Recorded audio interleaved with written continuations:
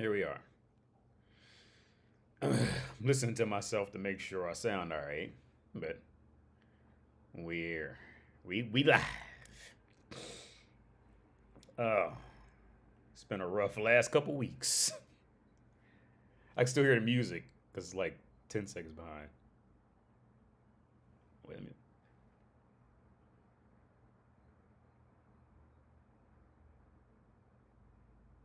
I think it's all right. Yeah, let me make. What do I do with the mouse? Oh, it's right here. I think it's all right. If I'm too low, somebody just let me know, and I move the laptop closer or something. No, don't. No, what am I doing? Okay, yeah. All right. Bullshit out my ear. Now, so what's good, Daddy Kratos? How's it going? Oh, I'm good, man. Baby, he's being a baby. He's going on too. He's not talking yet. He's not saying any words. All he really, the only word, it's not, I wouldn't even call it a word. He just goes, it's not, I can get him to say no. That's about it. Like, no. But he's, because, he's listening to me speak English and his family speaking Czech. And I mean, I'm not surprised if it takes him longer to, like learn how to, to speak because he's listening to two different languages at the same time, kind of thing. Which was a dead giveaway in Tenet for me that because I was going on about how I finally watched Tenet while I was sick, and how the Patterson the Twilight dude, how his character could speak Slavic languages. I forget what Slavic language he could, but he can speak Slavic and understand it, and he spoke British English. Like that was a dead giveaway to me that he was the boy at the end. Um, that's crazy how my son's gonna grow up like that. Like, but here's the thing, man. My life, like everybody's life, is good and bad, right? So, in my life, what's crazy is one. I was thinking about this earlier today or yesterday. I can't remember, but I was thinking about how.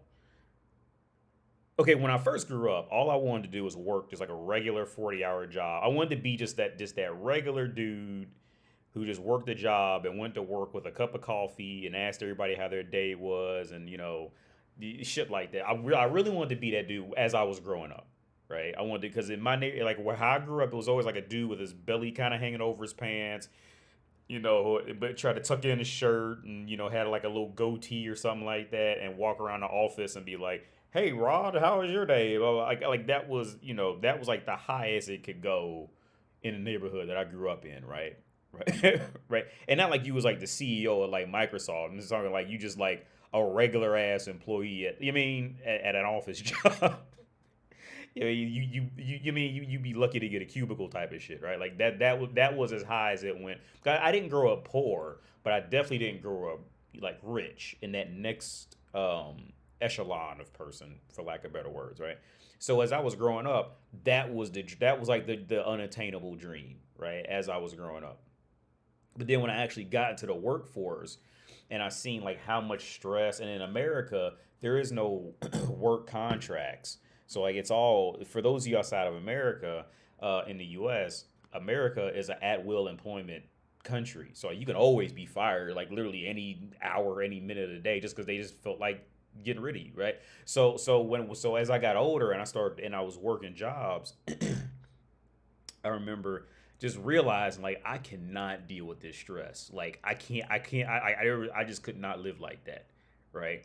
Especially in America's like work ethic. Like I just couldn't. I mean, it on the massive scale, I think it's a better work ethic, but like being in it, it's a worse work ethic for like for people kind of thing. And I remember just every day I would go to work and I would always, unless I was like lucky and I had a job where everybody was cool and everybody liked each other, because you do get lucky and find these environments. But but if you don't get lucky, if you don't get lucky in those environments, like I remember just always feeling like just stressed out.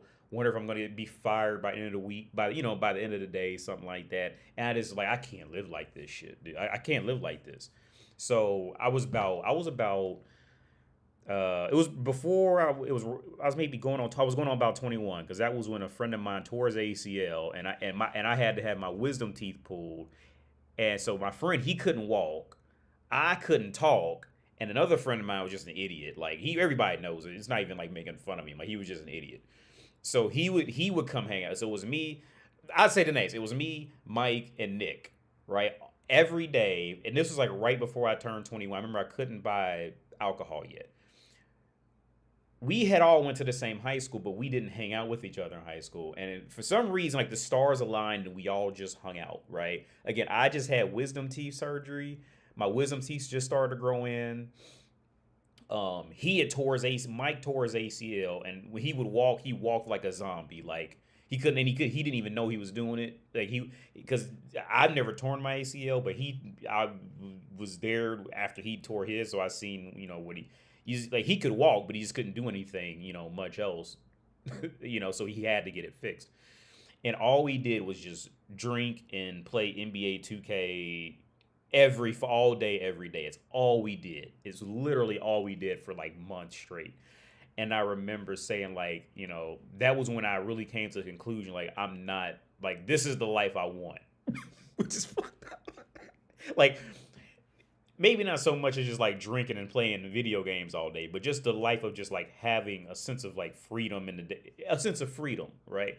I remember just making up my mind in that time period, like that was what I wanted, right? That was what I really wanted. Like I didn't want to work. I didn't want to be. It's not that I didn't want to work 40 hours a week. Well, now I don't want to work 40 hours a week. But at the time, it wasn't so much that I didn't want to work 40 hours a week. It was more of the stress of having to deal with people and having that kind of like existential crisis of like realizing I could be fired like at any second of the day kind of thing. It was like that was the part I couldn't really handle, and so that made me just like discard that whole work. Do my best to now. I would have never thought things would end up how they ended up, but I think that was definitely the starting point of when everything changed. I was about 20, because I remember I couldn't quite buy alcohol yet. I was about 20. I was like 20, going on 21.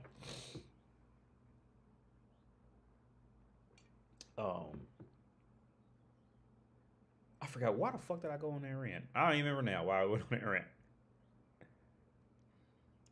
Lita, does he say any check words? No, he's not saying any words. Um, no, baby Kratos, he ain't saying that. He just grew up saying da da da. For a while, he was saying this. He would go like this, and he just stopped doing it. He was doing that probably he was saying this maybe around like a year and 2 months or something right around, because he started walking around like 9 or 10 months. We were just talking about that, like when he started walking. Because I still remember the first time he tried to stand up. He was in the kitchen, and he wasn't a crawler. He never crawled that much. Um, he wasn't a crawler. Because I'll see babies who crawl. He didn't crawl. He wasn't a crawler. At this point, I think she must have like carried him and like set him down on the kitchen floor, because he would like kind of like, because he knew how to sit up, and he would like grab a toy and stuff like that. And I still remember the first time he didn't even put his hands down to try to stand up. He just like he was like sitting down and shifted his whole weight forward and stood up for like I mean like maybe like a second, like a whole second, and fell back down. It was like, oh shit, he just stood up. Like he just did it. And I mean, what it's like. But he wasn't like a crawling baby. He didn't crawl around. He didn't crawl. If he crawled, it was no more than a week or two. And even at that, he wasn't like a crawler kind of thing. He didn't like, you wouldn't sit him down over there and look up and then now he'd be over there kind of thing like that. He wasn't a crawl. He was never a crawler. It was like he pretty much went from like laying still in one spot, learning how to roll over, and then walking. Like that was pretty much that's all my memories of.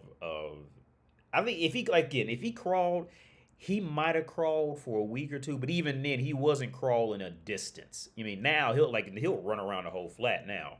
Because because he's a baby boy, so he loves mommy, right? So when it just be me and him, right? And he doesn't know mommy's not here. Well, my flat is just a big ass circle, right? So I say he's doing the Kratos 500. I had to tell his mom, yeah, like I had to tell him the joke because like the Daytona 500. If you're American, you know what the Daytona 500 is. It's like lap. It's NASCAR. It's where they just race in an oval, right? So I said he's doing the Kratos 500 because he runs around crying, looking for mommy. He'll do about 4 or 5 laps until he realizes, mommy's not here. I'm stuck with you. Type of shit. And he'll chill out. He'll be fine. Like he'll be great the rest of the day, right? But he has to get over it.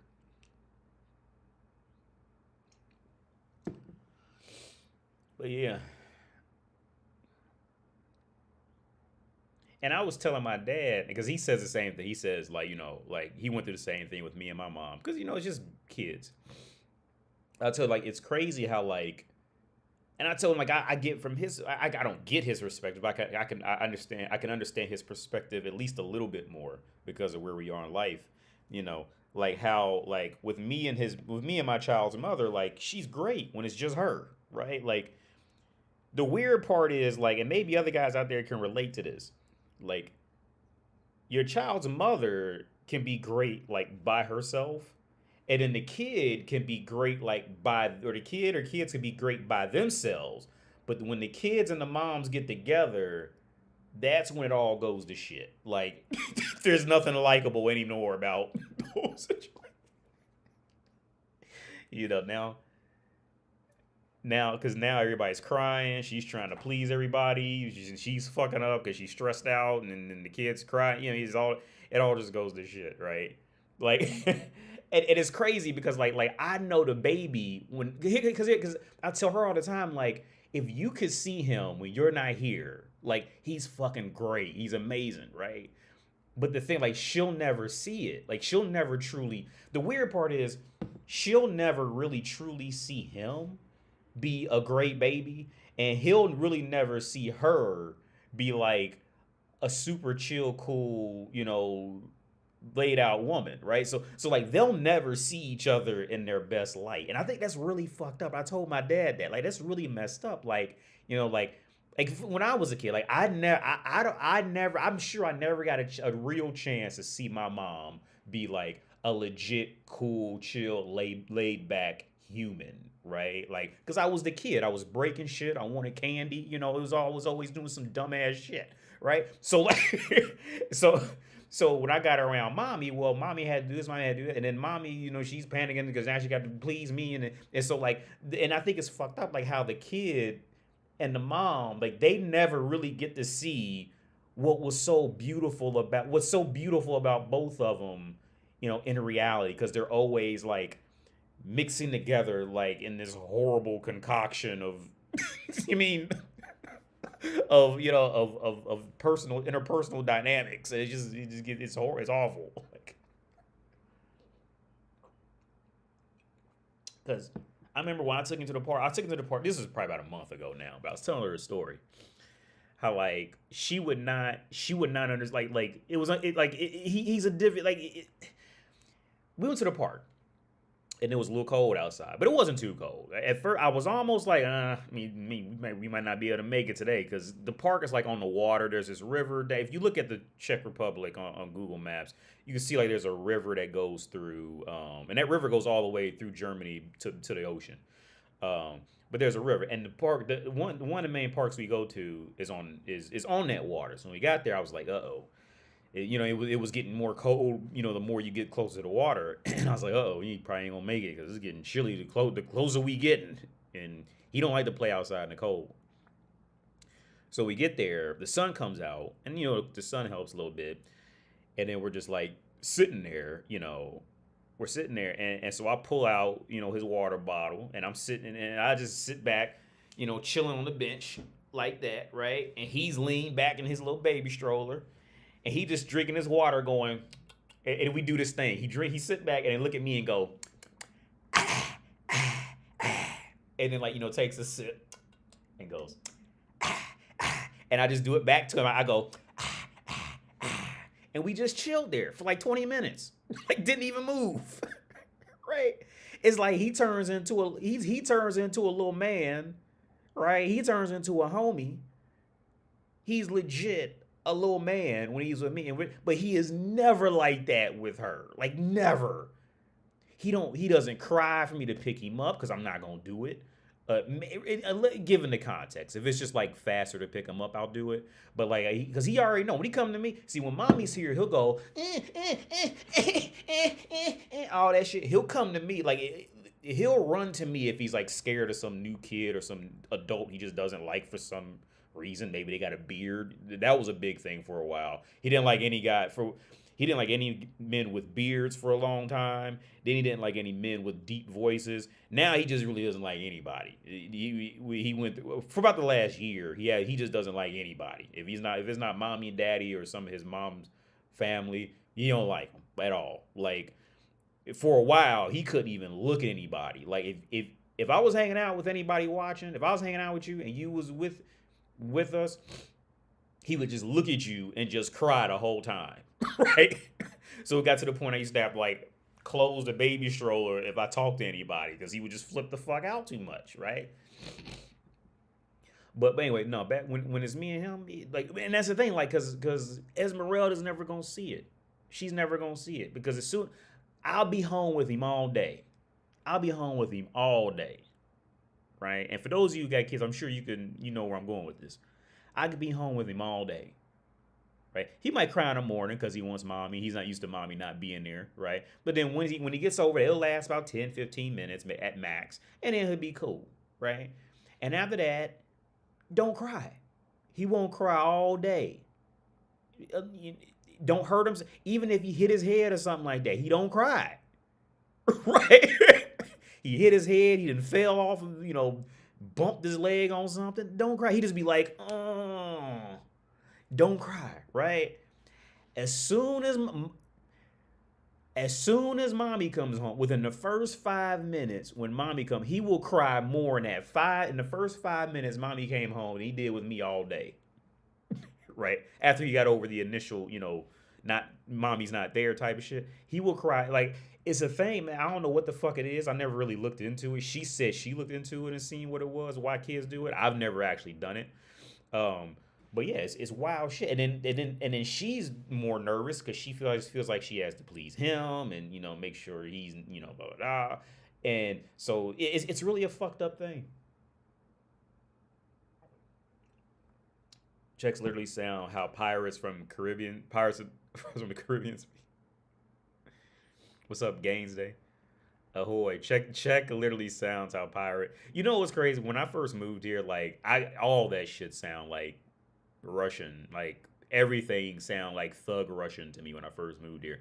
Now, since I've been here so long, I can tell if I hear people talk, I can tell if they're Russian or I can tell if they're Russian, Ukrainian, which, okay, the reason why it's kind of, the reason why I want to explain this, I can tell if they're speaking Russian. I can tell if they're speaking Russian or if they're Russian or Ukrainian. There's a big difference in that. So with my experience of being here, so for those who don't know, Ukrainians usually speak Russian. They do have a Ukrainian language, but they usually speak Russian, right? And I know that's a sensitive topic now because Russia did what they did and all that, but this is what it is, right? But the difference is when you could tell when somebody's Russian or you could tell when they're Ukrainian, is usually the Ukrainians they're more like their voice is more expressive. Whereas I don't know what I do. Like they're speaking Russian, but their voice will inflect a lot more. Like they're more. I don't want to say passion. It's just more. I can't think of the word. It's just more emotion based, right? So it's because they'll talk like this, and then they'll be like this, but they'll be speaking Russian, right? Because I can understand, at least some Russian, because I had to learn it when I was out there before, probably about 2 years ago I was in Kiev. But yeah, but back to when I first moved here, it all sounded like Russian.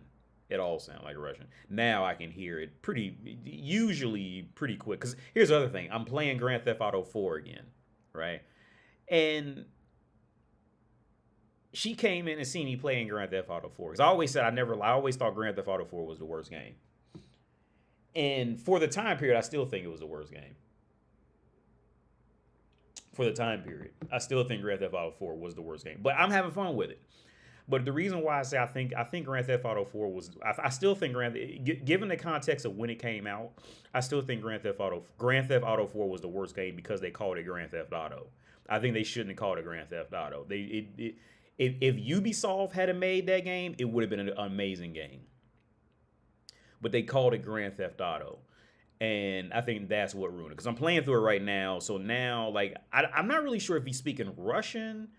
Because, like, I can understand some of the stuff he says. And then other times, I just had absolutely, like, just completely unintelligible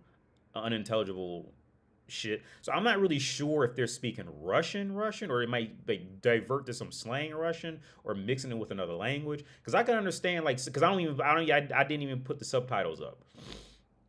I'm talking like I understand a lot of what they were saying. I don't understand a lot of what they were saying, but I understood, like, usually I can tell by how they're talking, you know, if I can remember how to spell it, some shit like that, I can make out what they were saying, kind of thing. So I don't have to, but back to Grand Theft Auto 4. I think it's a great game, but given the context of how it came out and when it came out, I still think it's the worst of all of them. Because San Andreas had just opened up so many doors to, like, weight gain, muscle gain, martial arts training, weapon skills, driving skills, motorcycle skills, plane skills. San Andreas had opened up so much to the world of what you could do as a character. And then 4 came out and they took out all that.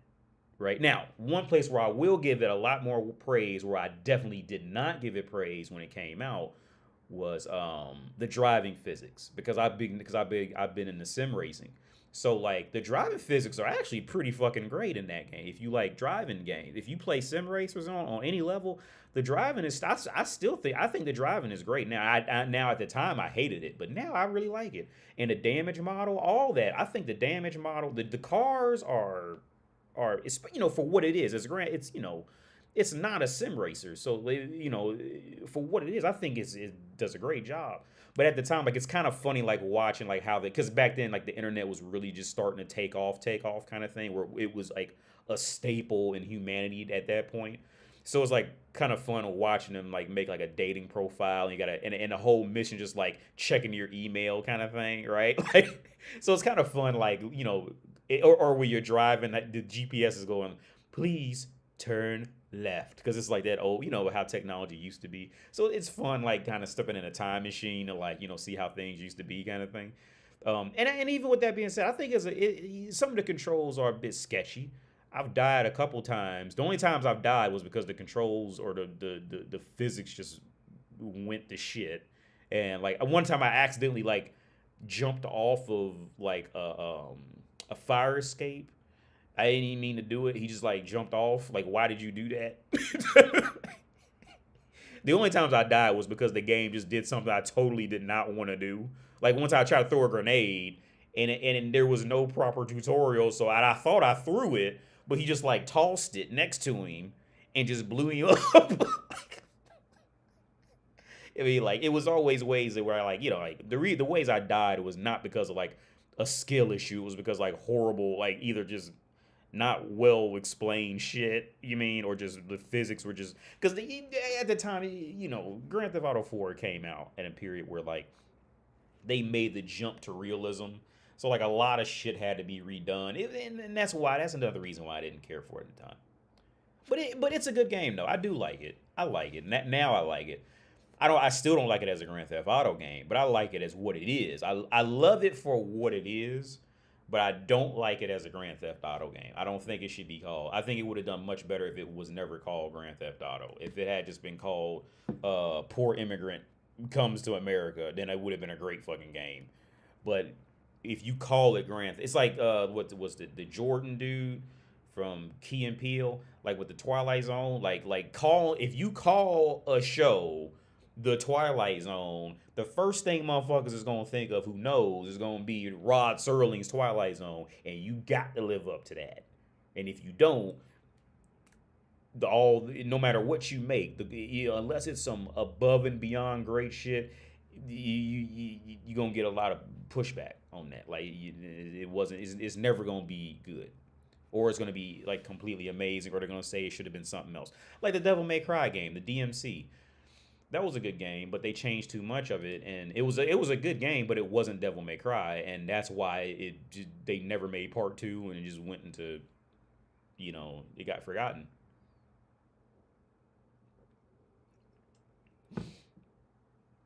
Or speaking Serbian, okay, because I was hearing holler show, I was every now I would hear like something, it sounded like Russian. I was hearing holler show like Stoat or something like that. I was hearing Russian, so he's speaking Serbian. Okay, wow. And so Ivy Bo. So that may okay.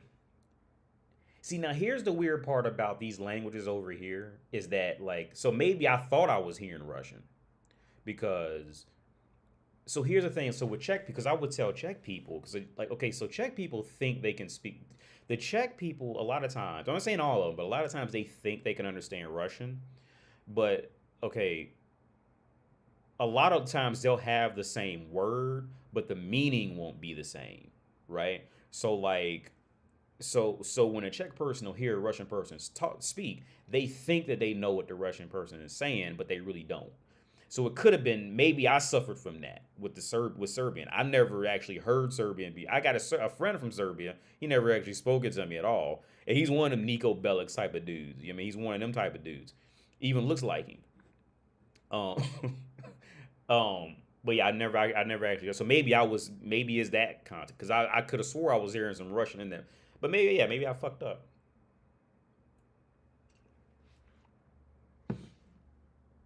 Do you believe the Earth is round or flat? Extreme cleaning. Extreme cleaning. Do you believe the Earth is round or flat? Um,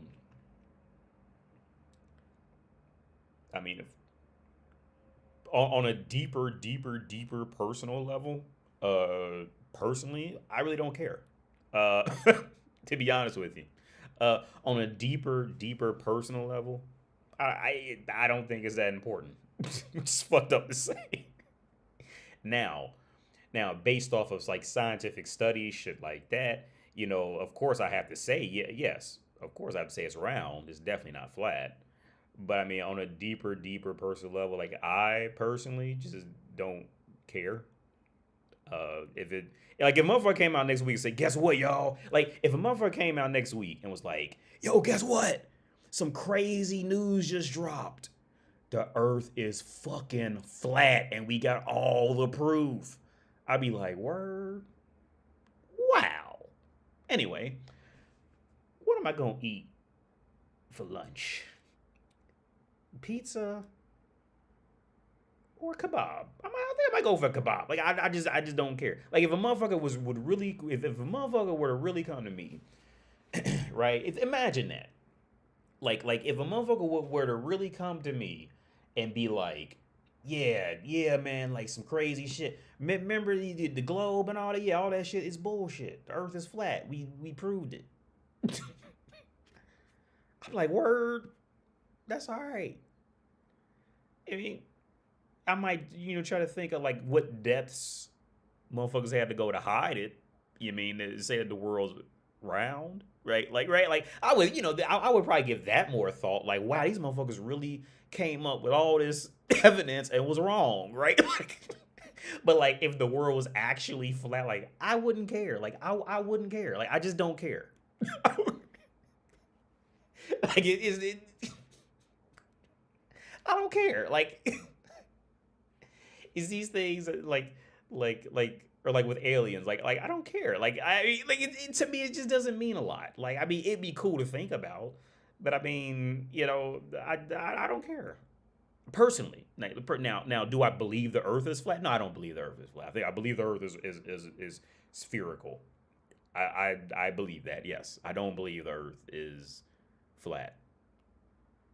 Right, not just out of fear of sounding like an idiot or something like that. If I were to truly, okay, I think motherfuckers know me good enough to know if I were to truly think the world was flat, I would say I think the world's flat. I'm not gonna say the world is round out of shame. You mean for for people thinking I'm stupid or something like that. Like I don't care about sounding stupid. I will say anything. All right. So it's not. I'm not saying that due to peer pressure. Yeah, the world's round. Just don't make fun of me.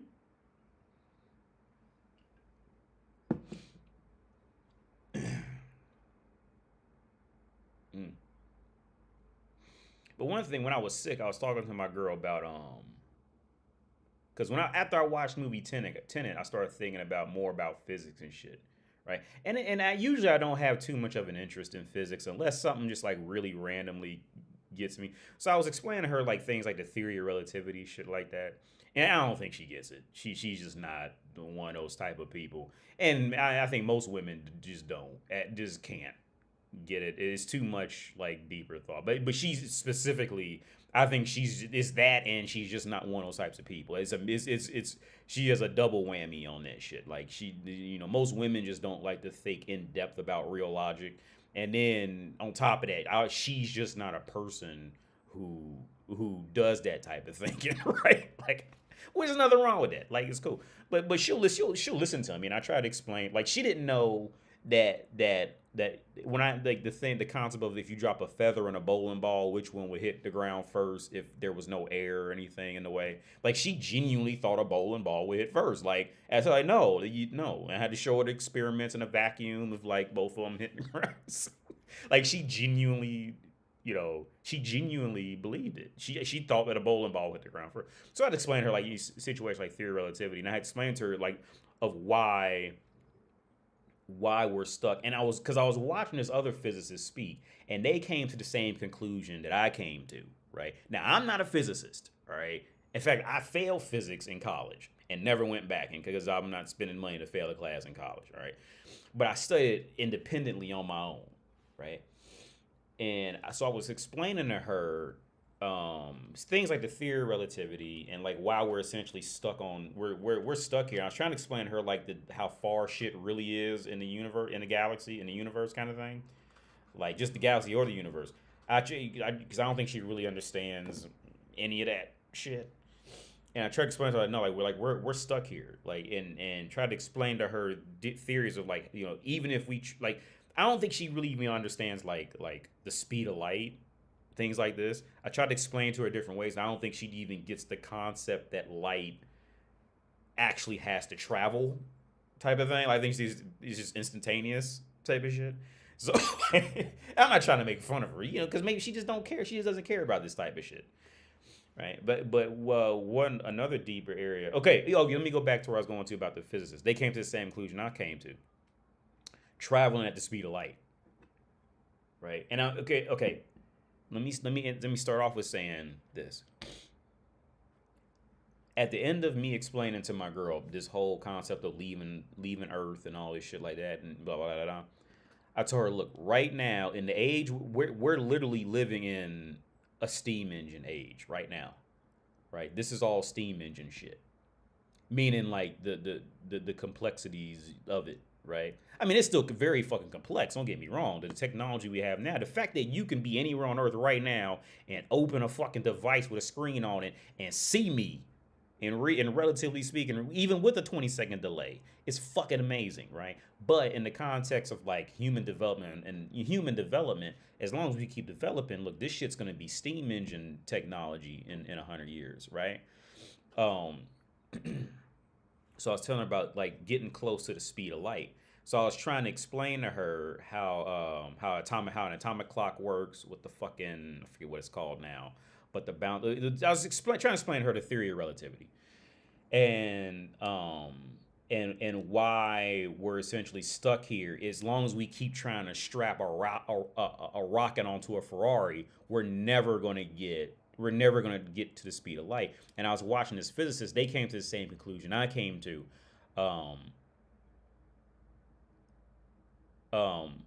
So to put in the theory, before the telephone was invented, right? Like, let's say if you wanted to talk to somebody that was like in another town over, right? And before the telephone was invented, the only way you could think of how to do that is to scream louder, right? So like all your tech. Let's say you was walking around with Jesus. Let's say you and Jesus is walking down the street, right? And you seen motherfucking Matthew He was over, you mean, in a village away from you, right? And he said, "Oh my God, I have to communicate to Matthew. Jesus, come on, we got to figure this out. What technology do we have to communicate with Matthew in real time right now?" And the only thing that your brain would think of with the technology that they had was to scream louder. Right? Now, even if you scream louder, you would never get there. So what would you know, and you're still years away from speaker systems and shit like that. So all you would know is just to scream louder. You wouldn't think, oh, maybe we could just run a fucking wire over there and we wouldn't even have to scream louder at all, kind of thing, right? So you don't, so if you want to talk to somebody that far away, you just get on the telephone. You don't have to actually scream louder. You just have to go about it in a different way, right? So I think with the concepts of traveling at the speed of light, I think it's the same thing. As long as we keep trying to strap a fucking rocket onto a Ferrari, look, you ain't gonna, you never gonna get it that way. It's never gonna happen that way. It can't. Well, I'd say it's a I'll say this: it can't happen. Yeah, I'll say that. Trying to figure out how to travel at the speed of light by tying a fucking strapping a rocket to the back of a Ferrari, that ain't gonna never happen. It's never gonna happen because that technology is built within the realms of being underneath light or being underneath, yeah, essentially light, right? It's still built underneath, so it's never gonna get there or above it, right? I was trying to explain to her, like, let's say with baby Kratos, right? Like, let's say like no matter what, okay, in theory, no matter what baby Kratos would do, he'll never fucking get to our level, right? Because as long as we're the ones teaching him, right? Even if he learns something new, well, we'll learn something new along with him and then have the insight to see how he reacted to it and how we should react on top of that. So like in that theory, the child is never going to really ever truly get above now, in theory, as long as they're still small and all that, because I get the kid can go off and learn, quantum physics and pass up the whole family. But, in theory, you're just like parent the kid. When you're teaching the kid, you're always going to be above the kid, right? And I think technology and getting to closer to the speed of light, it's always going to be the same thing. It's never like as long as we keep trying to strap a fucking rocket to the back of a Ferrari, we're never going to get there. It's never. I will say that with a fact. It's never going to happen. Now, what the physicist said that she came to it was a woman. She came to the same conclusion I came to. The only way that I could think of how to do anything like that is create a similar vacuum type of area, or like, for like a bit, like some type of wormhole type of shit, some type of a vacuum or wormhole. That's the only way. You got to again. It'd be like trying to communicate to somebody 40 miles away, and you just trying to scream louder. You're never gonna scream that loud. Right? It's never gonna happen. I don't care what kind of trumpet you got, nothing. You never gonna communicate that sound 40 miles away. So you can't go about it. You gotta go about it different. I think it's possible, but I don't think it's possible with anything we have access to now. It's not even possible to travel at the speed of light. If we were able to, hold on, let's look this up. If we were able to even travel at the speed of light, right?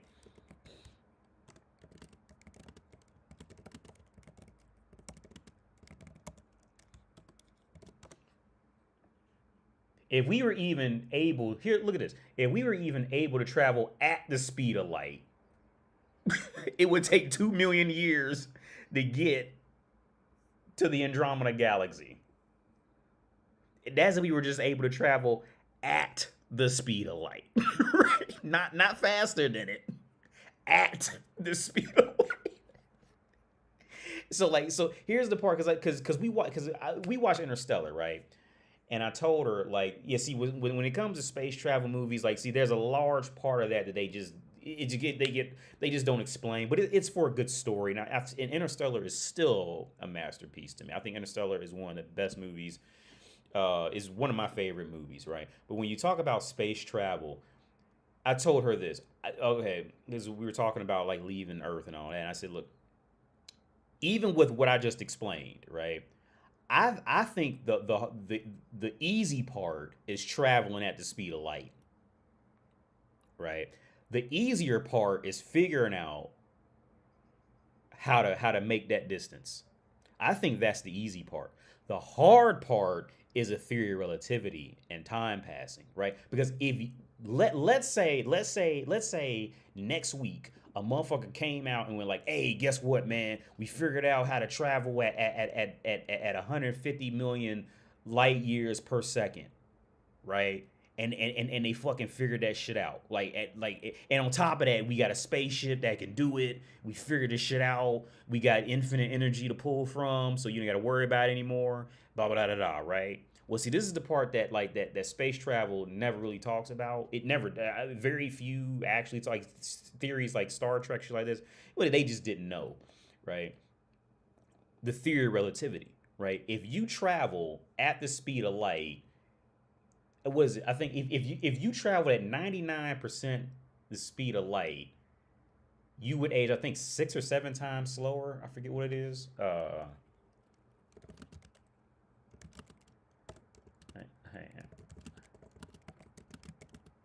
Yeah, it's like 7 or 8.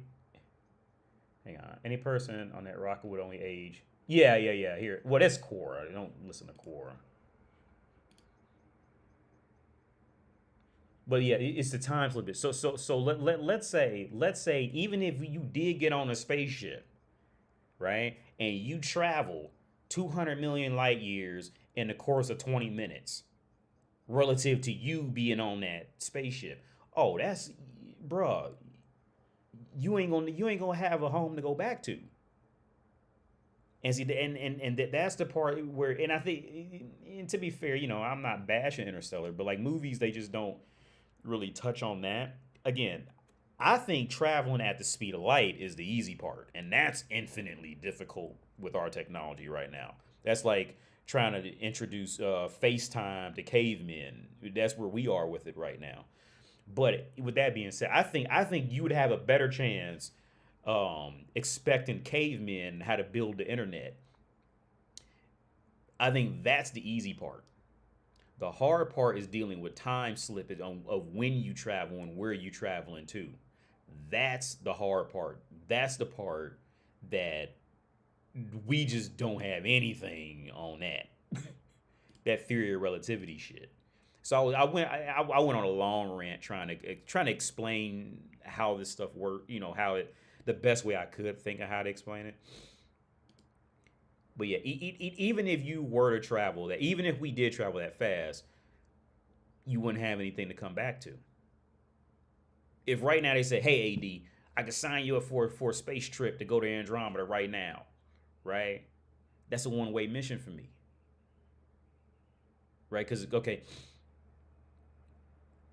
that's okay, and this is home. I don't want to use Quora because I just hate.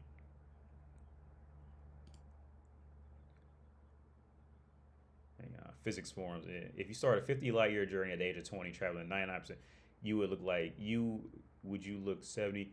No. You would be okay. To you, you would be the same. Like now, where Interstellar did get it right was, uh, Matthew McConaughey's character literally was only gone, I think, a total of 8 or 9 months or something like that. So he was still like 38, some shit like that. To him, he didn't feel any of that age. But when he came back, his daughter was 135 type of shit. And they got it, pretty good with that. But the thing is, it matter. What also counts is how fast you're traveling. So and it compounds like it starts to compound like so.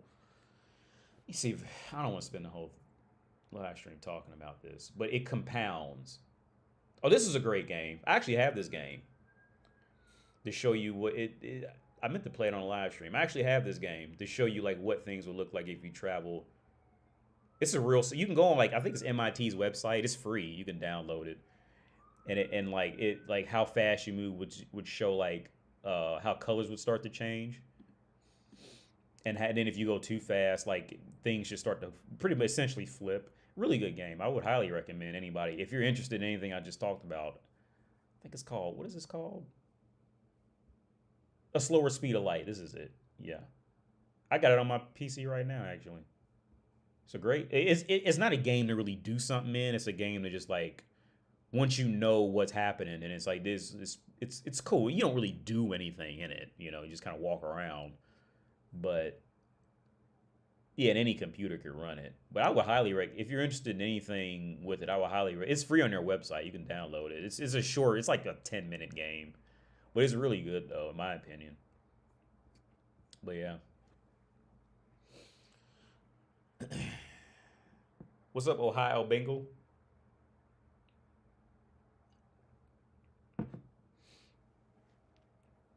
Funny story is we came a bit closer to figuring out wormholes. It turns out it's the same as quantum tunneling, which is still limited to speed of light. Yeah, well, yeah, yeah. Because I was reading this one book. Because when it comes to traveling, when it comes to just anything like that, I was trying. I was also trying to explain to her like, remember at the end of Watchmen? I don't know if anybody in here has seen the Watchmen movie, but at the end of that movie, Dr. Manhattan, and in the comic book, he said the same thing. He says he's witnessed events happen so quick that most people wouldn't even call them an event at all. And that shit's real shit. Because I had a book a while back that kind of went more in depth on that, and there's like I forget what the fuck it is now, but again, it's all relative. It's all how fast you're traveling in relativity. So like if you like for these events that happen in like, hang on, let's look this up. What's the shortest the event in? Was it? I think what would it be classified as? Oh, it is the shortest time. But no, this is what the fuck. I can't think of what it is now.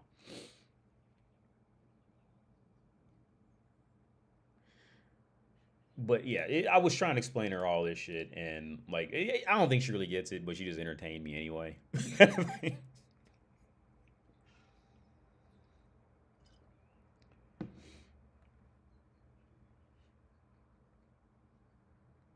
Yeah. What's up, Mo?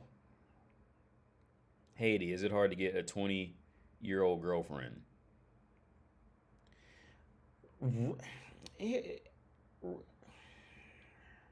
I mean, okay, when it comes to dealing with people, it's always that thing. You never really know where they coming from, all that shit like that. But ultimately, man,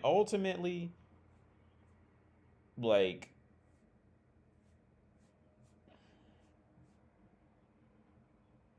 ultimately, is I wouldn't say is hard. It's particularly difficult, but you got to remember at 20, most girls are just having so many options that they have absolutely no. Women don't know what they want at 20 because they just have far too many options to pick from at 20, right? And they're trying to, when a woman hits 20, she's trying to figure out where how high she can get up on the social ladder before she taps out, right? Right. So when they, because here's the thing, when older women always get on this, when this topic comes up with older women like 20-year-old girlfriends, 30, you know, and the older women always say, well, she's 20, she doesn't know what she wants yet, blah blah blah blah. Blah. That's part of the truth. Um, See, when a guy is 20, he doesn't know what he wants. How do I explain this? Because both sides don't know what they want at 20 for real. They think they do, but they don't, right? Um, so when a guy is 20, because I've been 20, I'll speak for me. I'll speak for me. When I was 20, I wanted girlfriend. You know, and most guys in their 20s, they want a girlfriend, a spouse, blah, blah, blah, blah, right? But they don't like you know, because they don't want to be lonely, this and that. See, when a guy hits 20, he's coming from a frame of being extremely lonely, right? Whereas girls hit 20, they've had options. They just didn't want the options that they had. Right? Right? Every girl, doesn't matter how ugly she is. There was always some guy who was just a little bit uglier than her who wanted her. Right? Always. It's always there. Right? But a guy comes from a state of being completely lonely. So when they both hit 20, a guy really just doesn't want to be lonely anymore. Well, by the time guys hit 20, they just don't want to be lonely. That's really what it is. Not really. I don't really think it's so much of they really want a girlfriend. They really just don't want to be lonely, and they want to do what they think they should be doing, kind of thing. Whereas when girls hit 20, right, they've got so many options. They're By the time they hit 20, they don't know what they want because they don't know how higher they can go. That's why women don't know what they want at 20, right? So both sides don't know what they want, but it comes from two completely different sides of the, of extremes, right? Like I said last live stream, when a woman hits 20, she sees 20 as she's finally made it as a woman. She's had some guy offer her some free food, free drinks, a free trip, a free car, whatever. And her thing is, how can I get more before I tap out? Right? And that's how women doesn't see. That's the woman explanation for I don't know what I want yet. Right? Now, when a guy hits 20, he's been left on red, ignored, ghosted, not invited for parties. No girls approaching him, asking him, does he want to go out, blah, blah, blah, blah, for the last 6-7 years. So when a guy hits 20, he's just lonely as fuck, right? There's nothing wrong with that, but it's two whole different reasons why, like, women don't know. Why I would explain why people don't know what they want, especially at 20.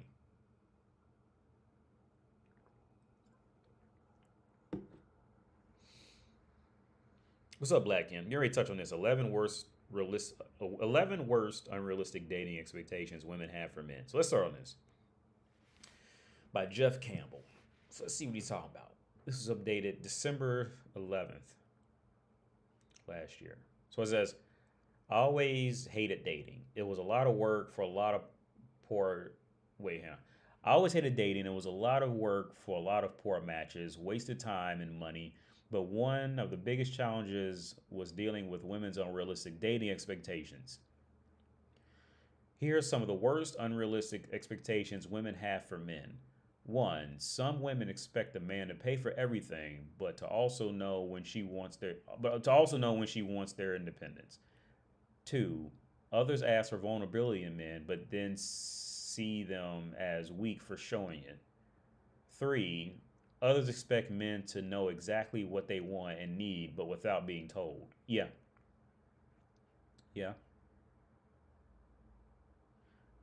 I would say number 2, and see, these are things you just learn in time. And I'm not saying he didn't learn this in time, but these are just things that you learn in time. See, and here's the thing. When I told my girl this, she finished the sentence. I told my girl this next statement, and she finished. I told her, I said, Sierra didn't want Russell Wilson, and she finished it. She goes, yeah, she said, yeah, she wanted to turn, what was it? What was it? That Russell Wilson and Future shit? What was it? Sierra didn't want Russell Wilson. She wanted to turn Future into Russell Wilson. That's what it was. I said Sierra didn't want Russell Wilson, and she goes, oh yeah, she wanted to turn Future into Russell Wilson. Like, she finished it when I said it. She finished the statement. Women want vulnerability in men who aren't vulnerable. That's who they want to do this shit. Women want to feel. Here's the thing, man. This is a worldwide thing. The world loves to see. Here's the thing. The world literally depends on men for survival. I think Florence Nightingale said this specifically. Women do not want to be leaders. Women had every chance to be leaders, but women will always choose the easier way out and wait for a man to give them some shit. She loosely said some shit like that. They're gonna wait for men to give them something because they need to eat, because women need the ego boost, right? The world loves to just keep testing men. And this is why I say, women are children in the world when it comes to these things, right? Women do to men what children do to both parents, right?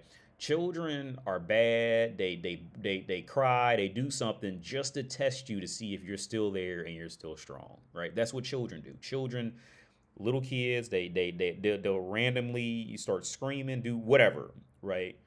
Just to get on your nerves to make sure that you're still the top dog, you're still there, because they want to feel like you're there and you're alert and you can protect them, right? It's the same thing with women. Women love to try to just like pick at men the whole time. Let me get this last thought up. But thanks. I don't see it in the bottom. Maybe it'll update. Women love to pick at men. No matter how they can do it, they love to pick at any man that they see as a viable protector, and some who they don't, right? But they love it. They love it. Okay, here's the thing. It's this. I would even put this into the theory on why American women immediately hate that men are going overseas to find women, right? Or Westerner women as a whole are mad that Westerner men are leaving, right? Because here's the thing.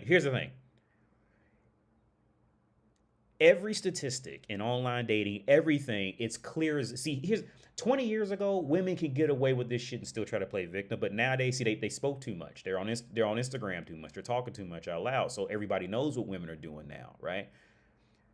Women in the world, especially in the Western world, they knew exactly what they were doing to men in the West. They knew exactly what they were doing. They know. They always knew exactly what they were doing, right? They were hoping the good little boys would go off to work and keep society running so she can go get her makeup and go try to impress Chad and Tyrone, right? They always, there was no secret. They have always known it. The only difference is from 10 years ago, we have all the data to prove that that's exactly what went. So women can't even lie about it anymore. They can't even hope that a white knight would try to protect them as much anymore because everybody could just see the statistic. Just Google it. Just Google OkCupid dating just stats and you'll find it, right? Anything, right? Right. But the thing is, now women are getting mad now because men are waking up and they're starting to leave the country or figuring out their own shit without women. And now those same women who supposedly never cared about these average guys are now mad at these average guys. Why are they mad at the average guy? Because they're losing that potential protection. That potential of beta chump protection that they could have got out of him.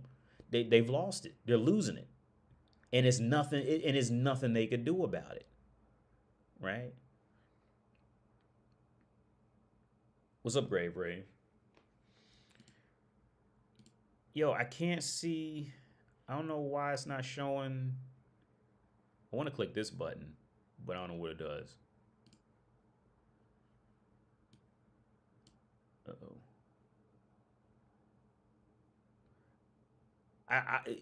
I seen a donation, but it's not showing up. Hold on, let me go back to here. Let me go, because I got my live stream over here. I could probably find it. Wait, where's that? Okay, so it's at 37. Here, okay, here we go. Okay, I would pull it back up here, but I can't find it. It's not showing up at the bottom of my mini feed on Streamlabs. So I got to read it on my live stream going. So it says, "Hey D, I'm 25 and never had a girlfriend and don't see it happening in my 20s. If I don't date in my 20s, is my life still worth living?" Of course it is. Yeah. Will missing out make my life not worth anymore? I want to leave the West, but I don't see it happen in the next 5 years. Okay. So here's the thing. Anon, thanks for the $5, by the way.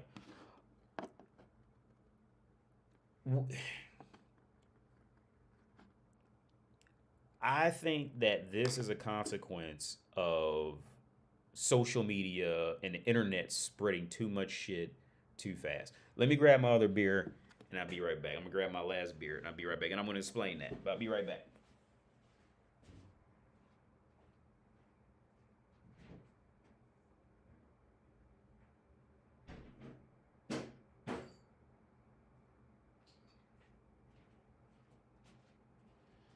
Okay, so Yeah, it's because like I said, I would re-put it back up here, but it's not showing up on my mini feed at the bottom. It just it's not. I don't know how to like refresh this feed. I don't want to click the wrong shit and lose the whole goddamn live stream. So I gotta pause it over here. So to Anon, man, you're 25, dude. That okay? That is completely normal at 25. It's completely normal. It's completely normal. Is look, when I was 25, okay, I grew up in a different time period. I was out before online dating, smartphones was even, I remember a time before, when I was 25, smartphones were around, but where I lived at, they weren't common, but they were around. The online dating was I mean, I remember looking at Plenty of Fish and shit like that back then, but online dating was really for like bottom feeder shit back in those back, I'd say, because I'm 38 now. Yeah, well, about over 10 years ago, online dating was really bottom feeder shit back then. um but with that being said, when I was 25, I remember, okay, now I did lose my virginity, because I remember I would stumble into like these weird relationships, but of course, none of them lasted. Um, what I'm look at 25 is completely normal. It's completely there. I don't think there's anything abnormal about it at 25. I think it's good. Now I will say it's definitely harder in this day and age. Like I said, I'm not one of those older guys who would tell you all like, just be tougher and all that. Like it is harder. Like pretty much everything except obtaining information is harder nowadays. Like if you got a phone, you can look up how to do anything you want to do. But but in terms of getting interpersonal relationships, shit like that, all that stuff's getting harder as technology grows. Um, but at 25, dude, I would say, okay, yeah, your life's worth living. Yes, completely. Um, Here's the thing: most men will tell you that they struggle with dating at least until they hit like 30, 32 to 35 ish, and even then, it never really gets easier. The only men who generally don't struggle with dating are either, okay, one, you have just the abnormal great looking men, which that's not a large amount, but outside of that, the only men who tend to not struggle so much is men who fucked around and ended up in the right social circle, or something like that. Like they ended up, like, for example, like in my life, I ended up going off to colleges and I worked in colleges, so I was always around. I was always in a fuckable environment, right? And even then, I still struggled. Like I would still go, like, after every girlfriend I would have, I would go like at least a year and a half before I would have like sex with I would have sex again, right? And it wasn't really just, not because I didn't want to, but that was just my routine. I would stumble into having some kind of girlfriend. We'd last for a few months or maybe a year or something like that, and then it would end, and then I wouldn't have a girlfriend again for like at least a year and a half, maybe 2 years, and then I would end up with another one, and that was how it would usually go. It would usually be like that. Um, but even with that being said, I was bouncing in and out of different colleges. I was always in a college town. And then on top of that, I started working as a tutor. So like any position of, even like the slightest position of authority and power in those worlds can get you pussy, right? So I was just always in an environment. But even then, even with that being said, nowadays that shit's getting harder. I'm sure it is because of online dating. Because a few things. One, online dating.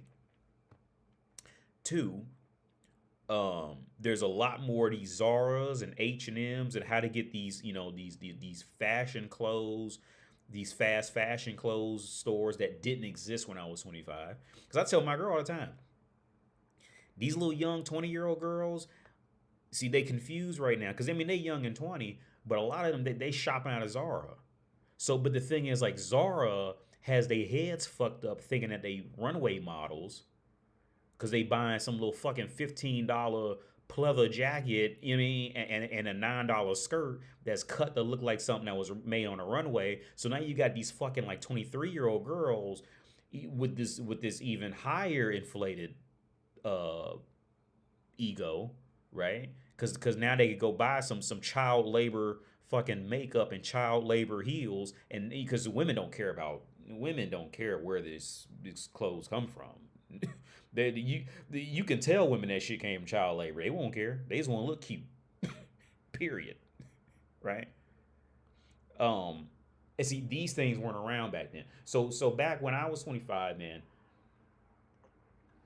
Back when I was 25, there was a lot more equalizing shit. Let's just say that. But back to your situation, you're 25. I think it's normal. I think, and given what you have to fight out here, I really don't see anything wrong. Now I do read some stories sometimes of like guys who end up with like, they end up with a lot of money and all this, but they be working all day and no woman wants them where they working at and all this. Now that I think that's a different set of scenario. That's a different set of issues and scenarios at that point. But at 25, I think that I think you're doing pretty much what most men would be at in your position. I don't think too much is wildly different. But yes, your life is worth living. Another thing I've noticed is I remember when I went to go see the 40-year-old virgin, and I was a virgin, and I might have been going on 19 at the time, and I remember thinking to myself, oh wow, like that's gonna be me when I went to go see 40-year-old virgin with Steve Carell. I remember I went to movie theater with a buddy of mine, and I remember watching and thinking, because now the buddy of mine, now the buddy of mine, it was like that like kind of weird story where like the buddy of mine was one of them dudes who he never really bathed a lot. Like his teeth were always like, he didn't take care of his teeth. They were like black and shit. And he had the nickname, like they used to call him, like, I'm not gonna say his name, but they used to call him Stinkin' and in his name, right? Because his family smoked cigarettes. He never took care of his clothes, his shoes, none of that, right? And I remember he always had a girlfriend, and I never did, right? And I just never even thought anything about it. Never really thought much about it. And I went to the movie. I went to the theaters with him to go see it. And I remember thinking, I'm going to be a virgin until I'm 40. And it wasn't, I remember thinking it, but I remember not, like, it wasn't coming from this sense of like, I'm worthless. I never felt like anything or even potentially worthless. It was just like, oh, that sucks. And just kind of kept going. I think another downside of what's happening with technology is you have these social media sites where men could kind of end up stuck, and women get stuck in these echo chambers, right? And there's no real, like, these social media sites can almost be used, like, on one hand it could be used as like verified, like, okay, like it's not just me, which is okay, but then the next step is like it just kind of it takes this weird downward spiral, and it just gets worse and worse and worse and worse kind of thing. And I think that's what's kind of like bringing out this more like like, not I want to say like suicide type of shit, but like, like this kind of like, oh wow, like I'm completely worthless, blah, blah, blah, blah. Like I said, when I was younger, I didn't take it as being worthless. I just took it more as like, that sucks, and You know, because I always had, like, maybe because I always had like a hobby I really liked, and like I always had like a video game or something like that. I always had something like I was always looking forward to try to complete. So it never really took like too much of my attention at the time. Like that's just a hard. That's a long, and I got to get through this article, but that's a long explanation. I'll come back to it, as I can always bring it up over here. But let me get through this article. So this guy, he ends off with saying, but that's only the beginning. Talk about these three things. Okay, in this article, we are diving deep into the world of dating. We'll define and answer all top questions and review some basic assumptions both men and women tend to make. Ultimately, though, we'll be examining women's high expectations and how to navigate them on the road to healthy relationships. Let's get going. But for now, let's review 11 unrealistic dating expectations women have for men. So number one, he's supposed to be good at manly tasks. This expectation is by far one of the silliest. It's not okay. It's not a man. What? It's not what a man does for a living that makes a man. It's what's in him. That expectation will keep a lot of women from many wonderful men. Let's say a man didn't have the most toned chest or arms, but graduated from Harvard Medical School and is preparing to be a doctor. A woman with high standards that are unreasonable might never get past the first date and might miss a great catch. But honestly, he probably dodged a bullet there. This is an expectation that women have at all different ages too. Yeah. It's not just a thing for young women and young men and women. Men and women of all ages experience this. Whether you want to be a doctor or a lawyer, it's never too late to pursue your dreams. If you meet someone and her expectations are unrealistic like this one, don't waste your time. Yeah. So yeah, and this goes back to what I said. Like when men and women both hit the age, when it starts right around age 20, right? This goes back to what I went on a rant before I started this article, or maybe when I remember when I said it, but when men and women hit 20, men hit 20 and want a woman to not be lonely, right? And most men would prefer a prettier woman, but let a man go through enough problems. A man be like, look, fuck it, I'll take a fucking four. I don't care. I just don't want to be lonely. Most men will just sit around and be like, they just be like, look, fuck it. I just want a woman. Just treat me decent, and that's all. Like Jay-Z, I don't want much, just some nice cooked food or some nice clean draws. That's all. That's what most men will eventually sit down and be like, fuck it. Right? But when women hit 20 and their prime, see, all women knows is when she got out there, when a woman goes out in the world, right, and she becomes woman, her first thought is, how much can I get? How much higher can I go? How much can I get for what I am? Right? And for what she is the body of woman and how much she can dress it up. Right? So you see these high expectations. On one hand, like, yeah, a little bit of it does play into like, well, she wants a provider and protector, but that, in my opinion, that's ultimately what's the word I'm looking for? Besmirched? Is that the right word? Besmirched? It's ultimately, look at that word, besmirched. I'm pretty sure it's besmirched.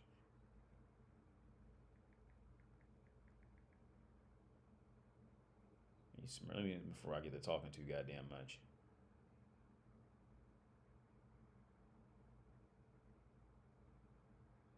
Yeah. Make something dirty or discolored. Yeah.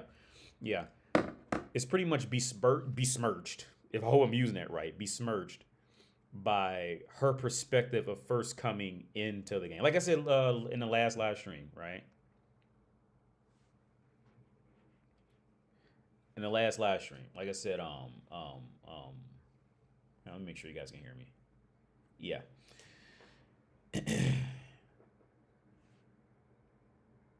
Well, I lost my train of thought. What I said last. I'm drinking too goddamn much.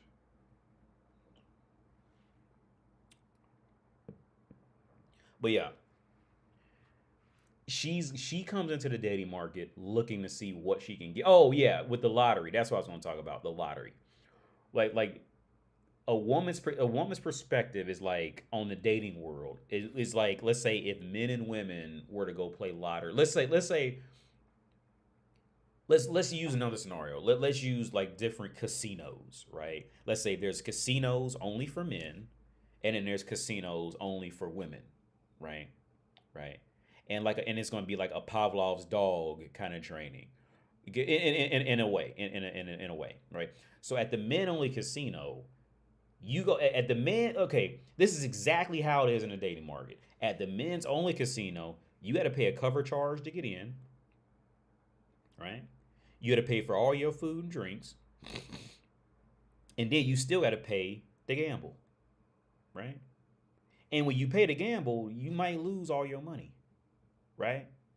And let's say at the men's casino, you do that for essentially 7 years until from like let's say the age of 13 to 20, right? That was the general man's life of gambling. That's his only mental experience with gambling was going to the male only casino, right? Where he has to pay a cover charge, pay for his own food and drinks, and pay to gamble. And there's no guarantee if he wins anything. If anything, it's a normal casino where it's a good chance he's going to lose all his money, right? Now, remember that programming of how that man's going to see the world once he goes out into the world, right? Of gambling. Now, in a woman's casino, right? She don't have to pay. She gets in for free. Motherfuckers going to come give her free food and water and alcohol. And on top of that, every time she gambles, she wins at least $10. Right?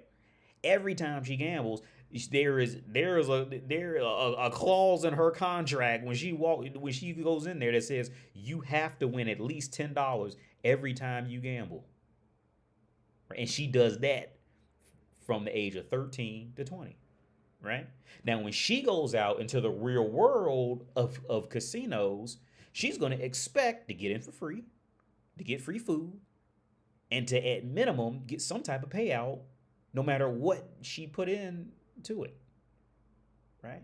Whereas men, they go out into the real world of casinos, they expect to lose all their shit. And they just so since men have dealt with expecting to lose everything, men learn what it is to be human much faster, right? In terms of actually caring for people, shit like that. Like men learn how to grow at a much faster rate. But weirdly, women are the ones who automatically get this love and care because, you know, they're riding the coattails of men's mothers in the world, and so guys, you know, other guys want to see women as loving and caring.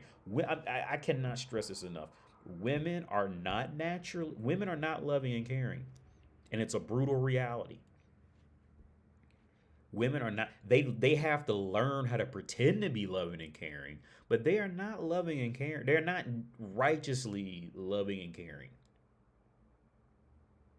They have to learn. They have to go to hussy school to learn how to become loving and caring. But women do not righteously love and care anything but themselves,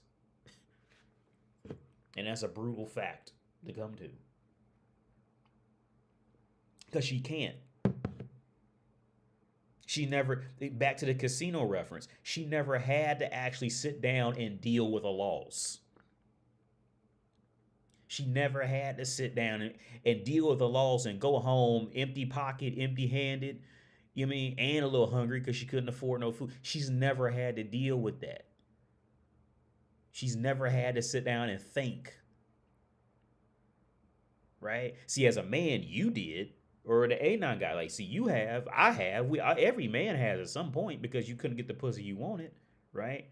Every man had to walk out of there and just complete defeat because the woman just said whatever, no, whatever the fuck, right? See, those are the periods where men grow and develop. And those are the women's where women just are happy because they can tell a man no and think that they're, you know, worth more in the world, right? And yes, like I say all the time, women, they win in the first 5 minutes, but they always lose in the next 15 years. Always. There is no win for them.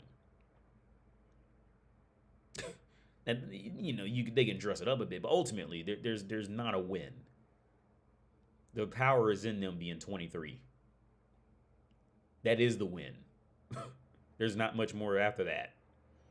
And hoping the wins after that is her trying to learn how to adopt any persona that a valuable man might want to fuck her, along with with her having a nice butt and heels. The rest of her life is essentially an act.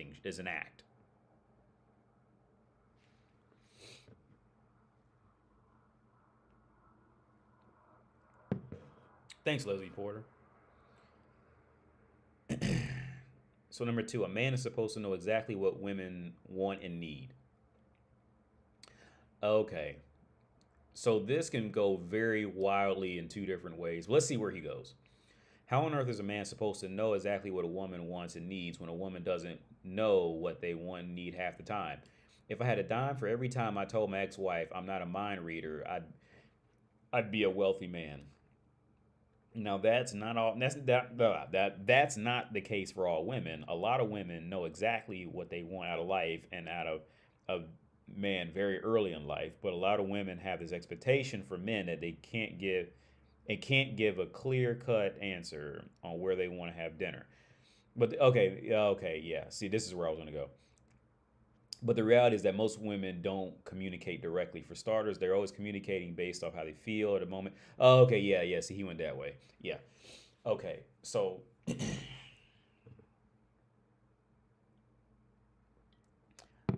I'll tell you what every woman on earth wants, from Oprah Winfrey to Nicole Scherzinger to Ciara to Puff Daddy's wife.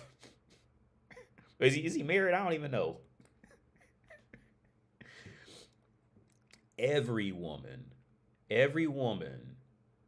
wants to keep living life out like she's 22, one.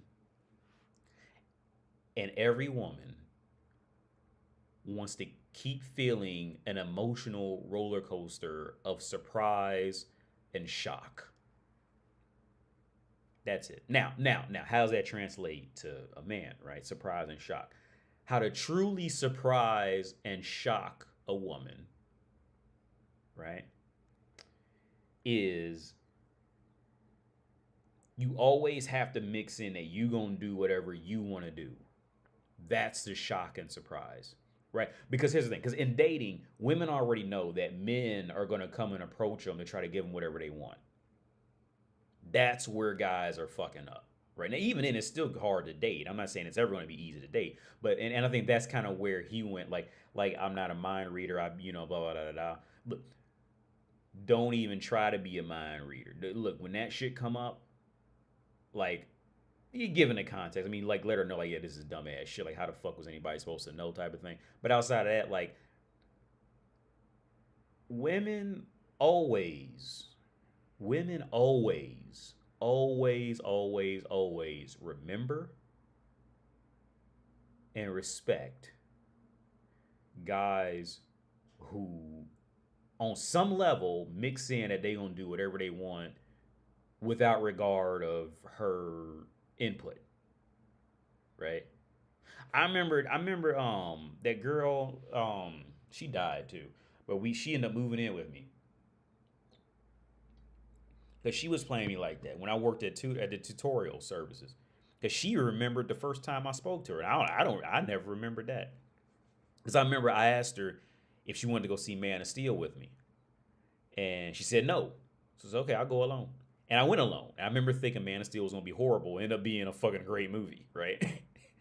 but I would always like just I would ask like if she'd like to go, and then she said no. I would just go do whatever I was gonna do. It was never like, oh, I'm heartbroken over you. Blah, blah. Women want to have the chance to sit down and think about you, right? Like, so here's the thing, like the reason why the dating market is so fucked up is because there's too many dumb motherfuckers who keep going around and telling people if you just be real nice and kind at work, you'll get a promotion and become a millionaire. Or if you keep being nice and kind to women, you'll find a beautiful woman who loves you for you and all that. It's bullshit. Don't work like that. Don't work like that. Everybody working under Elon Musk secretly thinks that by saying please and thank you 372 times, that Elon is going to come to them and be like, come with me, my child, and I'll show you the secrets of the universe. Elon, he ain't doing that. Elon ain't doing that. And ain't no bitch gonna go, oh my God, do you ever hear a bitch be like, oh my God, he's just so nice. I just can't wait to fuck him. He just so nice. He be saying please and thank you. I had a female friend dying laughing because I acted like a bitch on the phone. I was like, have you like because I did that whole skit. I was like, how many times have you ever heard a woman go, oh my God, he's just so nice. I just can't wait to just be just great to him and think about him all the time now. It never fucking happens. Give up the ghost. It's done. But for some reason, motherfuckers still be walking around saying that. Motherfuckers be teaching motherfuckers to do that shit, right? Like, it's the most backward thing on earth. Like Elon does not. Everybody who was within arm's reach of Elon Musk is secretly hoping to themselves that Elon's gonna be like, yeah, he's gonna notice that I did a lot of hard work and I said please and thank you. That motherfucker don't care. You know who Elon's gonna remember? That motherfucker who didn't care he was Elon Musk. That's who Elon's gonna remember, right? He remembered it. Elon Musk will remember the exact shoes a motherfucker had on who didn't give a fuck he was Elon Musk. That's who Elon Musk gonna. He's like, damn, that motherfucker really did he know I was Elon?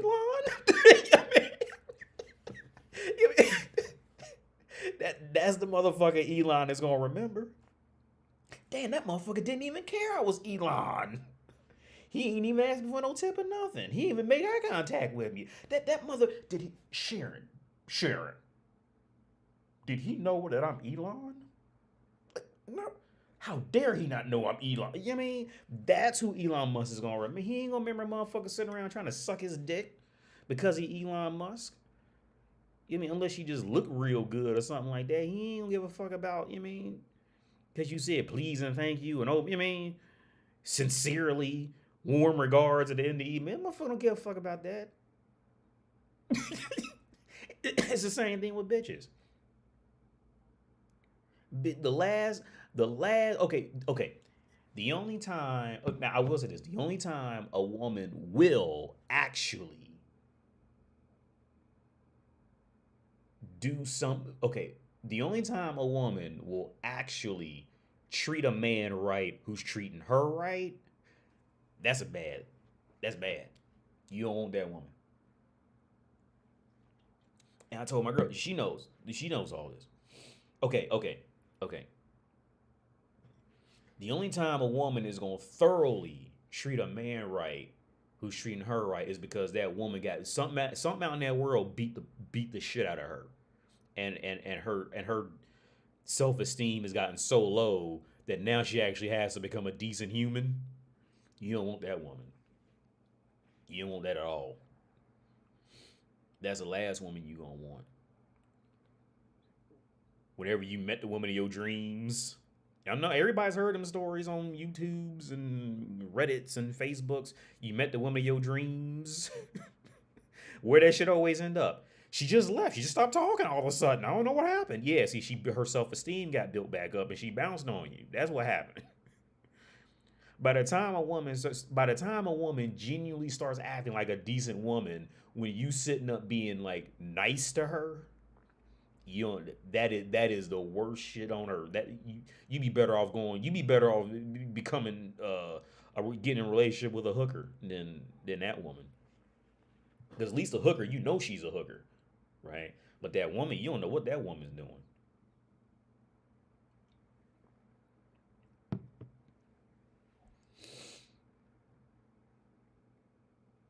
The Pimped Out Platypus says, that's true. Elon would be legit hurt by someone not even recognizing nor caring who he is. That would be what he's thinking about laying in bed that night. Yeah, just like a woman. Yeah, that's the motherfucker. Yeah. Yeah.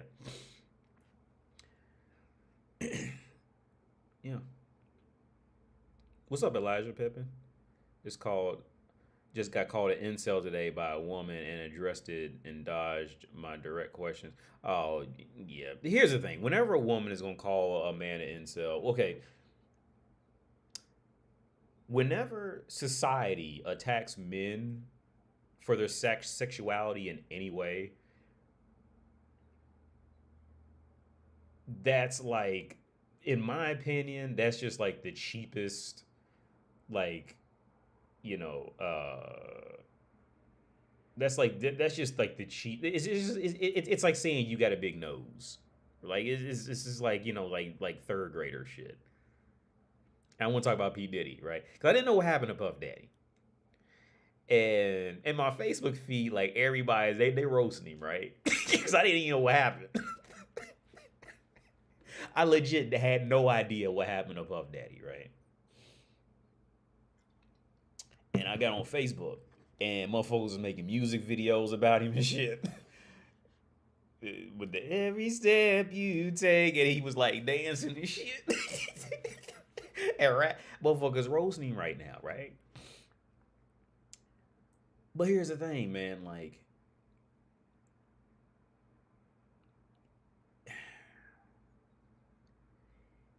whenever, it's just when society attacks men, it's okay. The quickest way, society knows this on a whole, the quickest way that you can destroy a man is attack his sexuality, is to make him feminized or whatever he fucks. He's fucking kids or he's feminine, right? That's the quickest way you can completely destroy any man. If you can just get rumors going around, whatever the fuck, that's the easiest way that you know, that at this point, like, I'm not gonna say he didn't. Okay, I'm not gonna say he didn't do anything. But even if he did, like, okay, let's say Puff Daddy's gay. I don't think he is. I really don't give a fuck if he's gay or not. But let's say Puff Daddy's gay. Like, why the fuck does anybody care? Like, could you imagine your boy D be like, yo, guess what? Pete Diddy was gay. I'd be like, why are you telling me this? What am I supposed to do with this information in my life? What I'm gonna do? Go to the grocery store, be like, oh yes, I like to pay with this information. Puff Daddy's gay. Just put it on my Like, no, I don't give a fuck. Why? Like, why? Like, you know what I mean? And what makes it worse is because in the black community, like if you really talk about, like, okay, what destroys, especially any black man in a community, is you destroy his sexuality or you claim he is against God in some kind of way. These two things, the black community never really grew out that in America. They really never grew out that slave mentality type shit. So it's like, I'm not gonna lie, like, the videos are funny about, like, this shit had me dying because it was like, well, it was like a video of him dancing. You know, Puff Daddy can't dance at all. Like, I'm not gonna say it's not funny. It's funny, but I mean, come on, like, all of this because this motherfucker, like, because your strongest argument is because is he's fucking dudes in the ass, like, for real, like, that's your biggest, like, this motherfucker has, I mean, look at his career, what this motherfucker's done, and the biggest argument is that he was fucking some dudes in the ass, right? That's your biggest argument. Now when it comes, okay, now here's the thing. When it comes to sexual assault and rape of any type, right? I think context is very important. Right? I covered a Harvey Weinstein video a while back. And I showed it to my girl. My girl said, yeah, he ain't dying, because she didn't even know who Harvey Weinstein was. I just showed her the video and asked her what she thought about it. Right? And she said, she said, what'd he do? After watching the whole thing, what'd he do? And I had to explain to her. They said that, you know, he was doing this and this. And So when it comes to like supposed sexual assault and rapes and all this shit, I think context is very important. The entire context. And I'm not gonna say it's not like rape or sexual assault, but I think the whole context is important, right? So let's use Puff Daddy as an example, right? In theory, he's essentially like a Harvey Weinstein type of dude, right? He's a man of power, and so he's going to get people coming across him trying to get paid, right? Well, he already okay, like a dude in that position already know that like okay, that person's gonna give off signals that they willing to do anything to get some money, right? Whether he's gay or not, that has nothing to do with me. But if he is, oh well, who gives a fuck, right? Okay, now if Puff Daddy was going out the fucking if Puff Daddy was going out to like to the mall and was like following bitches in a stall or following dudes in a stall and going in there and raping them, then I'd be like, yeah, fuck him up for that because they ain't signed up for that shit at all. But let's say like a Harvey, let's say Harvey Weinstein was true, right? Let's say everything they said he did was true, right? Them bitches came in there knowing full well what they signed up for.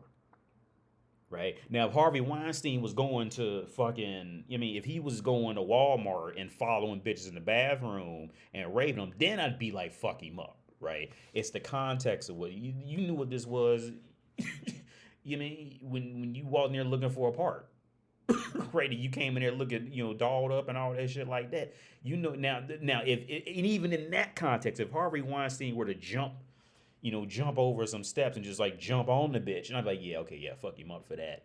But, but like it's all to me, it's all content. Like I told you a story a while back. My girl, she had a friend who was a hooker in Prague, and she was charged like $1,600 for a weekend or some shit like that. So first I had to explain to my girl, like, look, she ain't worth that, right? And see, these questions hurt women because if you ask any woman in your life, say like, okay, why would you date yourself? And most women will get mad at you for that shit, dude. Most women will get mad at you if you ask a woman why. Okay, if you showed up to a date, why would you date? Why would you ask yourself out for a second date? And they'll all go, oh, because I'm like awesome. I'm just so nice. I'm like awesome. No, she's not awesome. She knows she's not awesome. Most women know they're not awesome.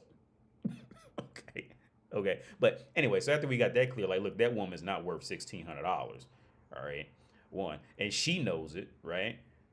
Her friend knows she's not worth $1,600 because her friend, she would not pay $1,600 for herself. If her friend seen her, she would not pay $16 for herself to come. I mean, that type of shit, right? And on top of that, she told me her friend got raped. When she ain't raped. The dude beat her up and made her suck his dick, right?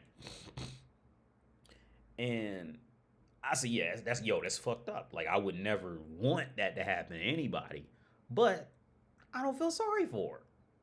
Like, she's a prostitute. She's charging way too much money for what she's worth. And no matter what you sell on earth, somebody's going to look for a way to steal it. You signed up for that. Now, I don't wish that to happen to any hooker, right? But that's part of the game, bro. That's part of the game. That's part of the game. That's part of it. Like war, right? Like a friend of mine, he the political science, the dude with the doctorates in political science or some shit like that, right? We got to talking about Russia and Ukraine, and he started getting mad about not get. I mean, we can like be mad on like an educated level. Like he's not mad at me, but he started getting like passionate about it. And he goes, well, I was done with Russia after they had they bombed hospitals or something like that.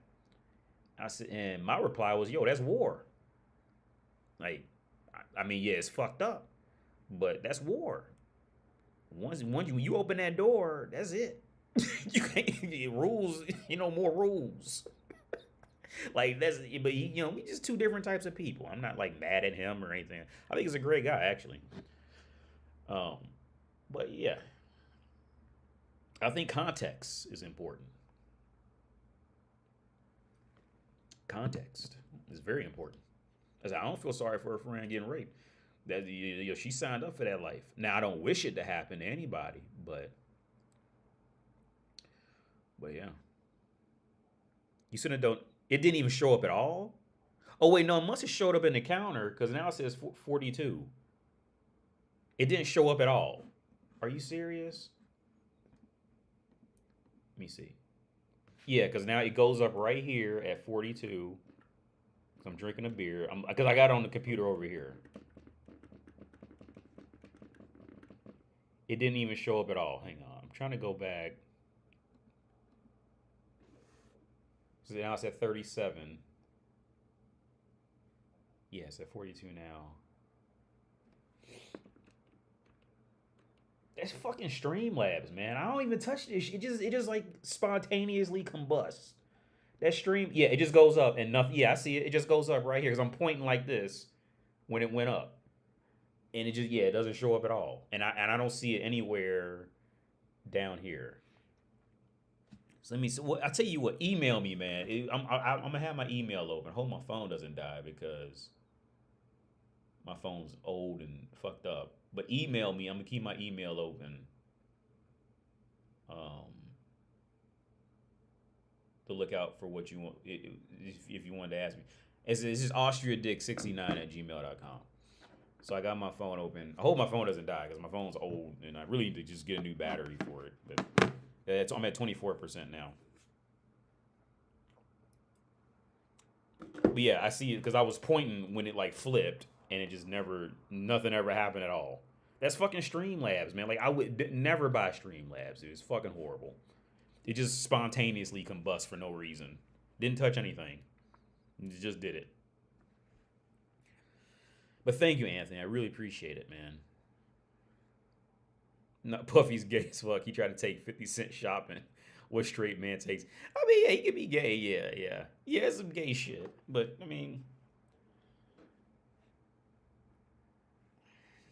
because he called it, because like all Puff Daddy shit just started coming up like in my feed on Facebook, like because 50 was saying he's a fruit pop and all that shit.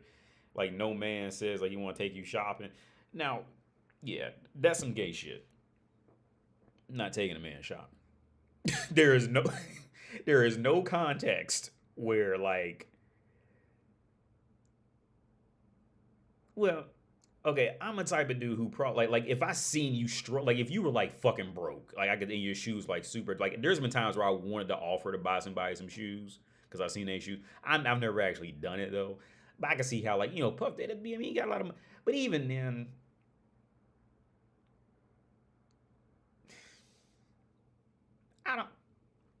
I would never do that shit. Right? Like I mean like maybe offer to go out to eat, I paid for it, but to go shopping, yeah, shopping's a little weird. I ain't gonna, how you say NGL, not gonna lie. Shopping, like, if a motherfucker offered to take you out for drinks or some food, say, yeah, I pay for it, don't worry about it. I think that's cool, but shopping, that's a little, I mean, but even with that being said, was that really worth, is that really worth all this? You mean like a dude just, I mean, especially nowadays with the whole LBGPTQ, all that shit, especially now with all that, is that really worth? See, I'm gonna get my conspiracy theory shit because see, because let's use Coach RedPill as an example. See what them former communist countries be doing, them real former them communist countries who was like happy to have communism type of shit. Them motherfuckers, like when you say something or they figure you was getting ready to say something that they didn't like, you just gonna come up missing, and your family gonna know, and your family gonna be scared that they gonna be next. They just kill you, right? Coach Red, them motherfuckers kill him. Period.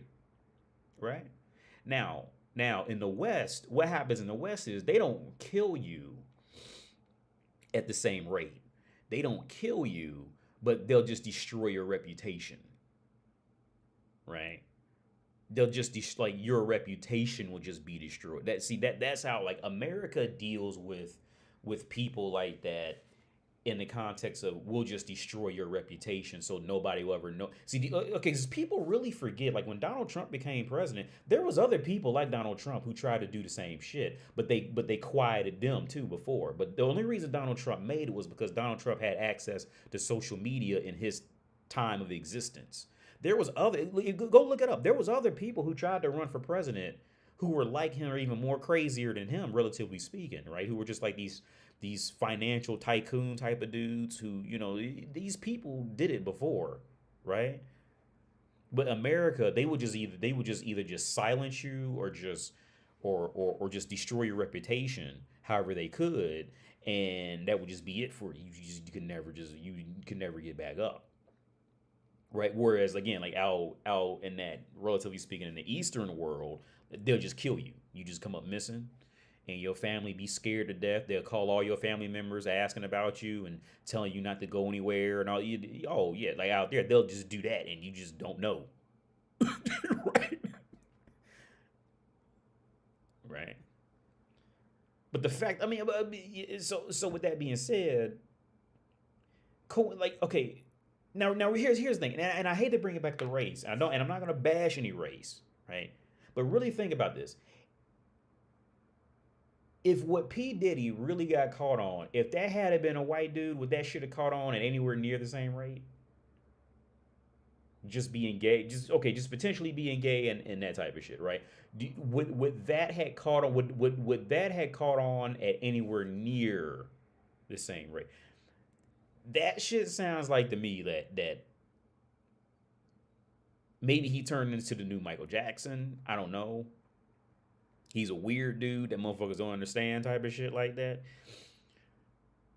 But coincidentally, the two major things, or three major things, that will scare the black community was all the exact things that he was doing. Like for real, that's too much of a coincidence. In my opinion, that's too much of a coincidence. I'm not gonna say he didn't do it, but it's too much of a coincidence.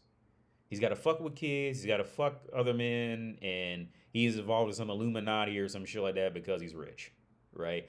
Like, it's Michael Jackson all over again, dude. Like, are you fucking serious? Like, you know what I mean? Like, this is Michael Jackson shit. He's weird. He can't associate with real, you know what I mean, with the normal world. So he's gonna be a little weird because of that. So it's easy to turn him into that. Like, it's too easy to do that shit, in my opinion. Now I'm not gonna say okay because I don't know if he did anything or not, but it's just too much of a coincidence to me. It's too much of a coincidence, and I just don't buy it. It's funny, but I don't buy it. I don't buy it. I like. You're not okay. You're not gonna turn me against a man because he was fucking some dude's butt cheeks. You're not gonna turn me against him. That's a child, in my opinion. That's a 15-year-old method of trying to turn me against a grown ass man. Now, if he was going out there beating up kids and you mean and legit raping women, shit like that, then I'd be like, yeah, fuck him. But that's not gonna turn me against. I mean, like I said before, I thought it was a little weird that his acts. I thought it was a little weird that his acts would always be like these one-hit wonders. They'd be thrown out like a year later, kind of thing.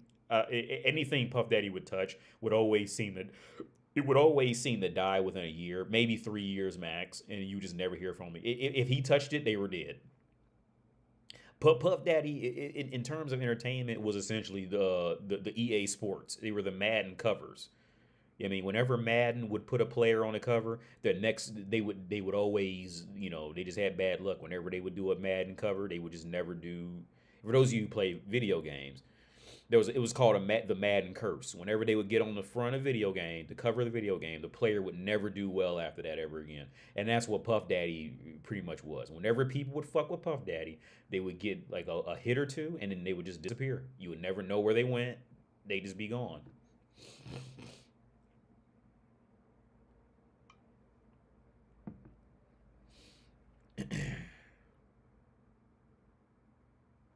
You say people are more polite in the West, but I find that people in the West, America, Canada, Mexico, are too comfortable being rude and will defend. Okay, okay, are rude and will defend and justify the uncalled rudeness and entitlement. Okay, when I say people in the West, I mean, okay, so in the American West, there are two different types of politeness.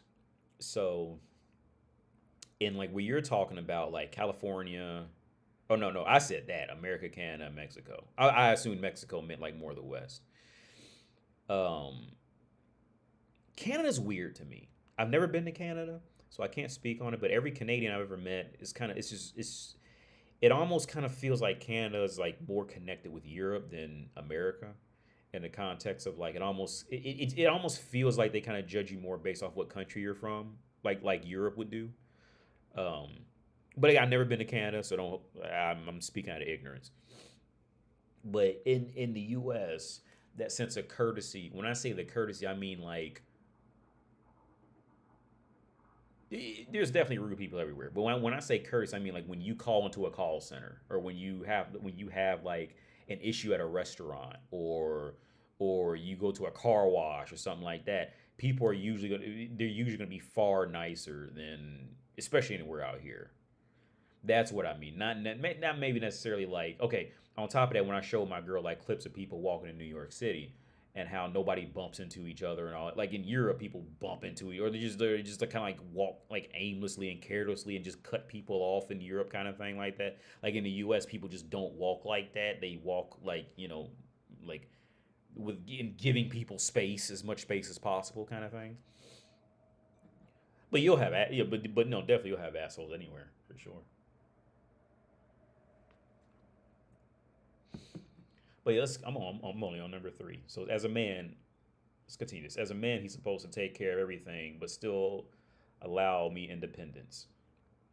Okay, I'm gonna tell you real quick what this equals. Okay, what this really means is the man is supposed to make sure everything works in the house, and then goes off and does whatever he wants to do. This is what this really means. Okay, because you see this last part, I can tell that's where this is headed. What step three means from a woman is she just wants to make sure that the man's going to make sure everything in the house works, and then he goes off and does whatever he does. Whether he goes works at his wood shop in the garage, or he goes and plays his video game, or he goes and smokes cigars, whatever. The woman needs a man around just to make sure if it's something she can't fix, he can fix it. Or he'll know how to go fix it by employing somebody else to do it. So it says gender roles have changed a lot since the TV couples of the 60s and 70s. So don't be surprised if even young guys today are a little confused. Should guys pay for everything? If yes, does the woman tell us that? If we aren't supposed to pay for everything, how do we know when we should? Okay, pay for it because you feel like paying for it. See, okay, yeah. And that goes back to where I started this at. See, sitting around waiting for a woman to say or do anything. Again, woman wants a man to just do what he does, and she can tag along, right? Woman wants to be the tag along partner. And then she wants to play in her head like she's like the equal partner and all that, but she really wants to be a tag along. A woman craves, like she's the happiest when she's chasing, when she's following, when she's the tag along partner. Okay, don't worry about this. Look, pay if you want to pay for it, you pay for it. And if you don't want to pay for the full price or whatever the fuck, then you say you don't want to do it. But don't do this whole thing of, well, should I pay for it? Do you pay for it? Once you end up, when you're talking to a woman and you end up in this mode of indecisiveness, right? And now she's got the venture into becoming decisive. She's no longer the tag along. She's becoming the leader now.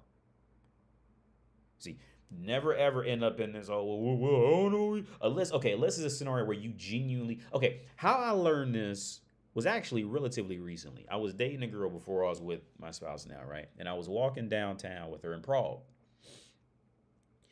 And this is when I had first really lived in Prague. 'Cause I never really lived in Prague until I got this flat. I lived in Prague for like a month when I first got here. Then after that, I was outside of Prague. So this flat was the only time I've ever actually lived in Prague. So I didn't know downtown Prague very well at all back then. But she grew up in Prague, right? And I'm walking with her, and I have no idea where the fuck we're going, right? And I think I had asked her, like, where we going or something like that. And she looked at me with the eyes of like, she just wanted me to lead her. She didn't care where we were going. She just wanted me to just take the lead. And that's what I did. I just led. I just took the lead and led. Right? Woman wants to, and that was when I really, really got it. Okay. And I tell this female friend of mine, I actually learned it from her, and I tell her this shit. And she doesn't remember, but I do. I remember I needed something. It was something I needed because I didn't speak Czech, and I was living in Česká Lípa, this little town. And she was the only English speaker I knew at the time. And I asked her something, and she just wrote me back like, "You're a man. You got to figure this out for yourself." Blah blah blah blah blah. Right? And that was the first time I got it. Right? I was like, okay, I can't ask for help because I'm a man. I got to do it on my own. Right? No matter where I am, no matter what I know where I am, I got to figure shit out. Don't ask a woman for help. You might maybe one time here or there, but don't keep going back to her, waiting for her help and all that shit like that.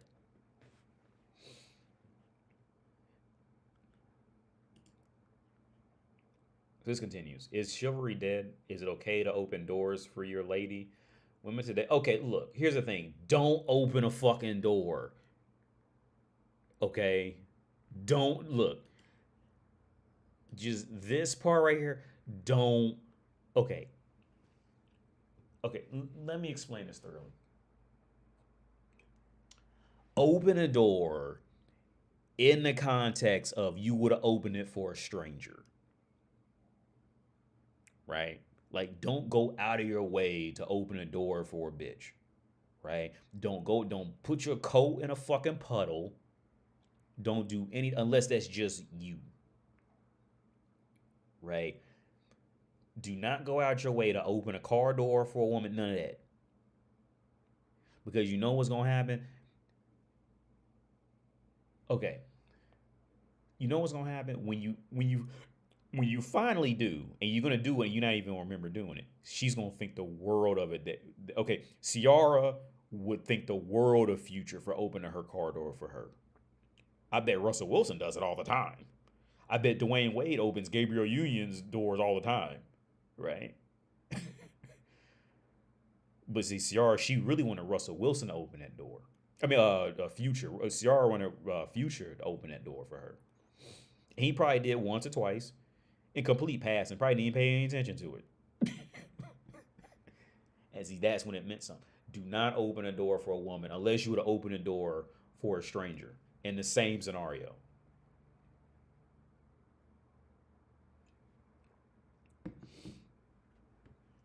Women today have an unparalleled world compared to previous generations. More freedom and independence, closer pay equality, and the option to do just about anything a man can do.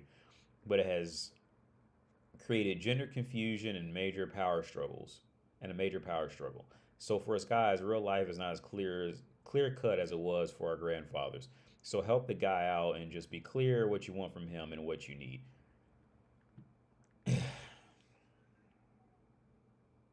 Look,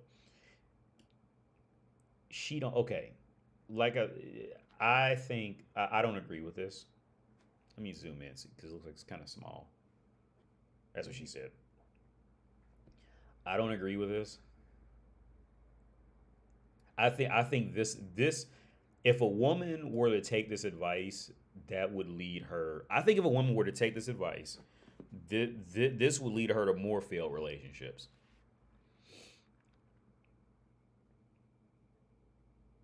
Because, okay, the reality of it is, if a woman came to a man and said what she wanted, she's leading him now, right? And if a woman came to you and said, "I want you to open a door for me. I want you to pay for dinner. I want you to open my car door when we leave. I want." What is the woman actually doing? She's telling you what she wants. Who tells people what they want? The one who's in charge. That's who. That's who tells people what they want. And what's one thing that no woman wants when she has to open her pussy up is to be in charge. Because now she's fucking her child.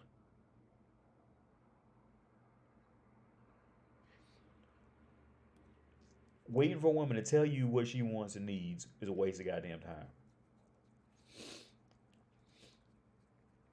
Waiting, and I say waiting and doing that is a waste of time. If you were to ask any woman, okay, if you were to really, really, really get to like, if you were to really, really, really like get women drinking and talking to them, every woman's dream man is not a guy who she had to tell something that she wanted to. Right. Right. Every woman's dream man is a guy who did his own thing.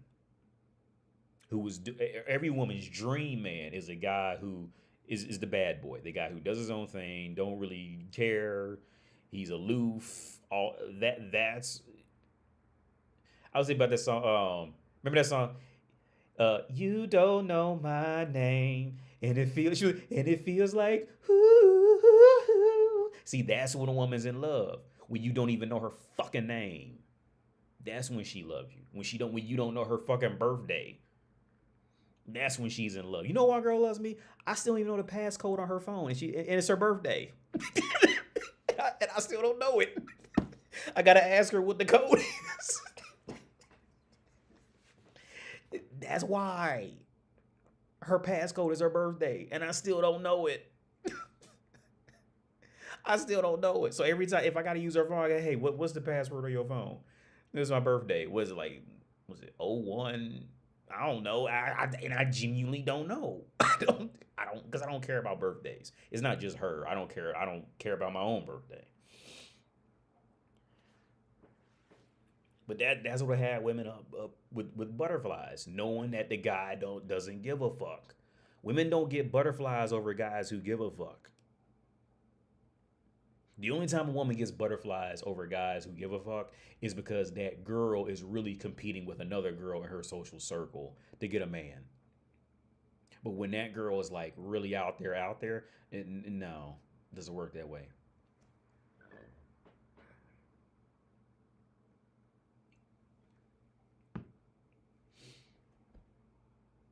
He's supposed to be both masculine and sensitive. Oh, okay. This is going south real fast. This is going south real fast.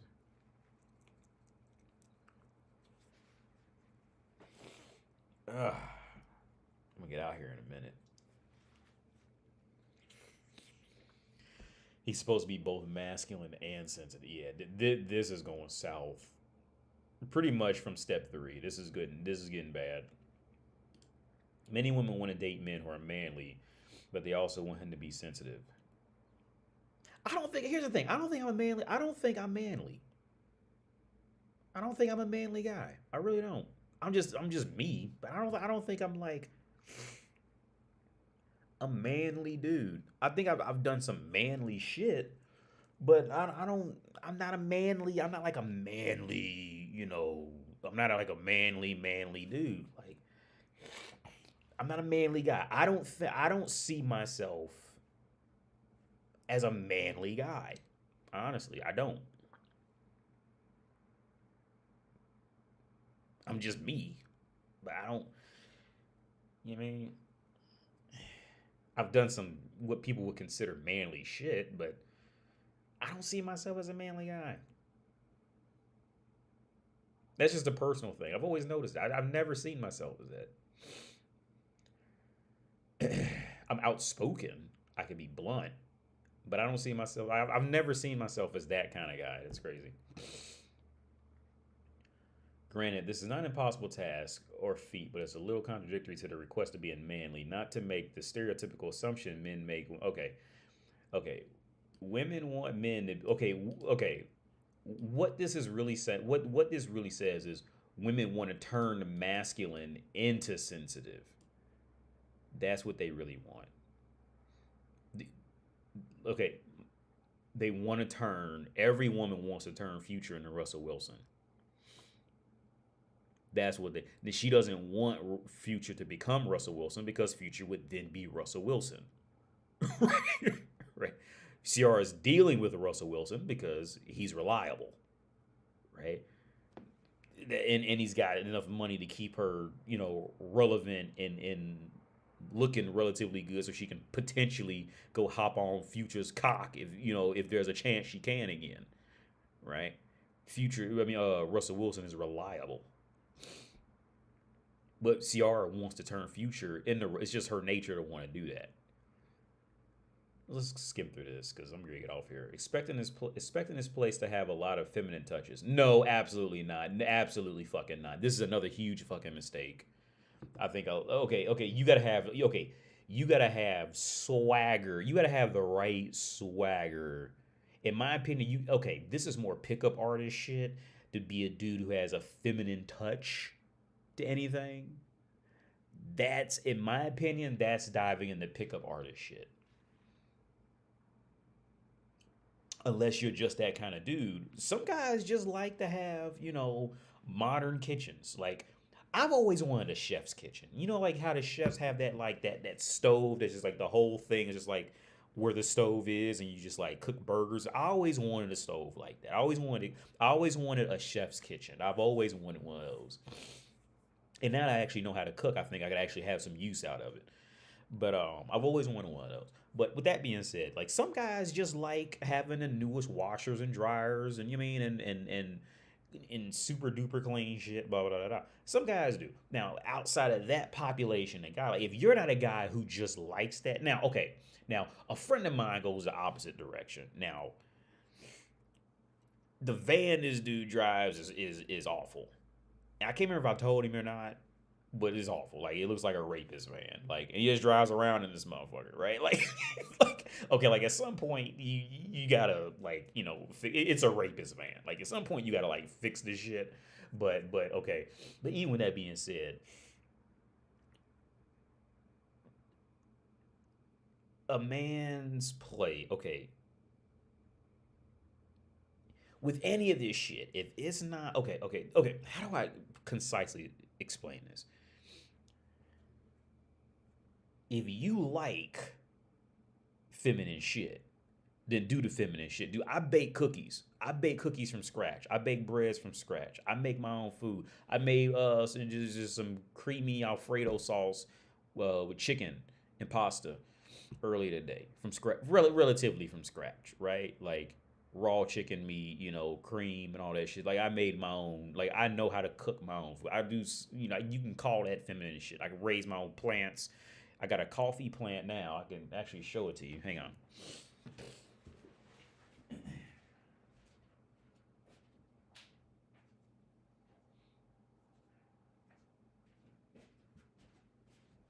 This is my coffee plant. Let me make this bigger. I just got this. I don't want to drop dirt on my keyboard, but it's my coffee plant. Right. But if you like feminine shit, then just do your feminine shit. But again, it's like the being polite shit and all that. Like, be polite, but be nice and all that. Pay for shit, whatever the fuck. Like, do all that, but do it because it's what you. I see BG. I got it. Do it, but do it because it's what you like to do. right? Don't do it because you're doing it for a woman. Now, at some point, yeah, there is some maintenance that, could probably help out. Like, don't drive a rapist van. I would say that. Like, don't drive a rapist van. But after that, if you just got like the core basics out the way, like, clothes that fit well, you know, a place that, if you got a place is, don't keep like shit just thrown all, like, I would just draw the line at putting shit like all over the floor. Like, I don't keep anything on my floors. Like, my floor is messy. I got like some clothes tossed around here or there right now, but I got a baby and you know what I mean, that type of shit. But even then, man, like, what I found more success with is, okay, keep the place dirty, but not too dirty. So when the woman comes over, she's gonna come over and start cleaning shit, right? She's gonna come over and she's gonna clean. She's gonna clean shit. I had more success with women in that area of keeping a place like, clean and all that shit like that, or like food cooked shit like that. I've had more success in that than keeping it like overly clean. Because then if it's over clean, now she doesn't have anything to do if she gets there, right? To kill time, or she does. So she's like, she ends up bored. Let me read this email. So it says, what I said in the donation was, I never had a girlfriend as well as the guy in the last donation, and I never got laid by a regular woman, and it makes me feel behind in life. Okay. However, I have only fucked escorts from the internet, and this time I managed to fuck one twice within 2 weeks without paying for it, just by being myself and being confident when talking to her, which eventually led me to try and smash her without paying by verbally bringing me up and her fucking for fun, which led to me and her having sex twice.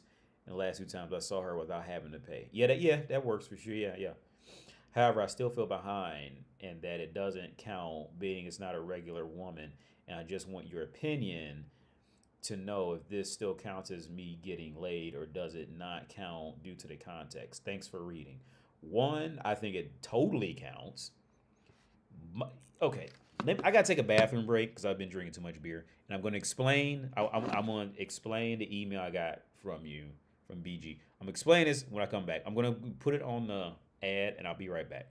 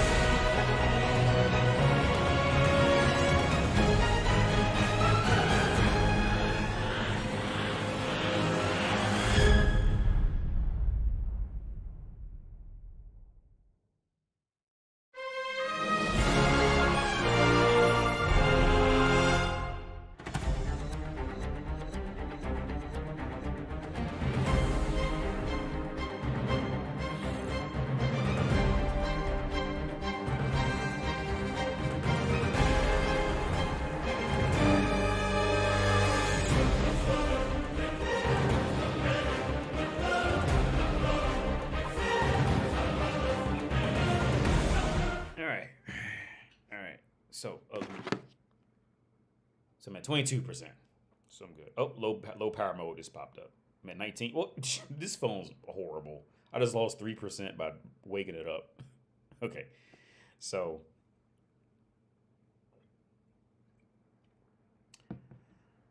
my opinion, and I'm not gonna say my opinion is 100% right. This is just my opinion. Because I think a lot of guys maybe don't agree, or you just have a different philosophical reasoning behind it. But I think what you're suffering from is more worry. I think you're suffering from worry. more than anything else. Yeah, because you mentioned it behind in life, and I get it's just a text, so like I'm not gonna like I'm not gonna like dissect every single word because it's so much gets lost through text, and I understand that. And then you're not here to like verbally counter argue or whatever. So I just say this: from what I read, I think that you're more concerned. I think your bigger issue is the worry, right? Um, I think it's is what's they call it? They call it FOMO, fear of missing out. Because at this point, okay, yeah, okay, yeah, she's a hooker, right? I don't think anything is wrong with a hooker. In fact, I think hookers are great. Because there's no lie, there's no bullshit. It just gets straight to the point. I have respect for that profession as long as the woman stays reasonable and decent in her profession. I have respect for it. Um, I think your issue is more to do with worry. I think you're missing out. Because as you stated, you even went off to have a legitimate. You even went off to actually talk to the woman. Y'all hung out and on some level and actually conversed about you know anything. So you succeeded on a social level, right? Um, and then she wanted to fuck you for free.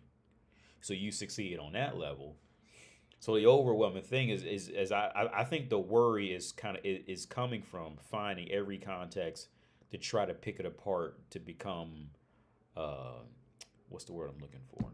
Not validated, but I'm going to use validated because I can't think of a better word. Because here's the thing, man. Look, the majority of girls, the majority of young girls go through some form of a prostitution phase, whether it's direct or indirect, right? Some girl is going through. I mean, I'm sorry. Every girl goes through that because it's just what she is. It's just what to be woman is to be prostitute. Some just call themselves prostitutes and some don't. That's the only difference, right? Because that money. Okay, now I get it. Some guys, for some philosophical reason, they just don't get prostitutes, right? Because it's like the whole act of them just giving money directly for sex turns them off, whatever. Which I mean I can understand that. Um, but in my opinion, I don't. If anything, I think you're living a better life. But then again, it's the thing. It's like it's people in relationships. They always tell God. They always say like don't ever get into a relationship. And the people who aren't in a relationship always want to be in a relationship. It's always that thing, right? Right. Until most men just get old enough and they realize, okay, wow, like yeah, like you really are better off just not in a relationship as a grown, as a grown ass man, as a full grown adult kind of thing. You're like that stress and everything that's involved with the kid or kids and bills and all this shit and emotional all this. You're really better off just sitting in a room with a Spider-Man magazine and and some porn kind of thing. You're really in a dog. You're really like that. That's really the life kind of thing.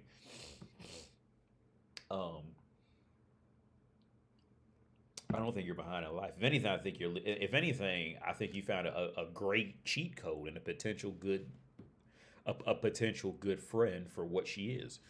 I think you got lucky in this. I don't see it as I don't see it as a negative because here's the thing: you can go out. Look, to be a woman is to be prostitute. It's there, in my opinion. There's not very much different. The only difference is she actually calls herself a prostitute. Um, because you can go to a brothel here in Prague and go to the first 10 girls and not get along with every 10 girls that you meet, right? You just don't have either sexual chemistry or you just never really felt comfortable with them or whatever the fuck. And then you come across one who you actually kind of like, right? Same thing with a regular girl, right? It's the same thing with girls. Now, with what I've worked with and seen and known historically with a lot of hookers, most hookers, okay, they hide that shit from people that actually. Look, I'll say this: out of everybody watching right now, and anybody who may end up watching this video, I would say out of every 10 women you know, at least 3 of them engage in prostitution, and they just hid it from their families or hid it from at least 3, at minimum. They engaged in prostitution and just hid it from their families, hid it from their friends, told them they were like at the library or something like that. I would guarantee you, at minimum, 3 out of every 10, at some point they've done it. It's too easy. It's because it's there. It's an option for them, right?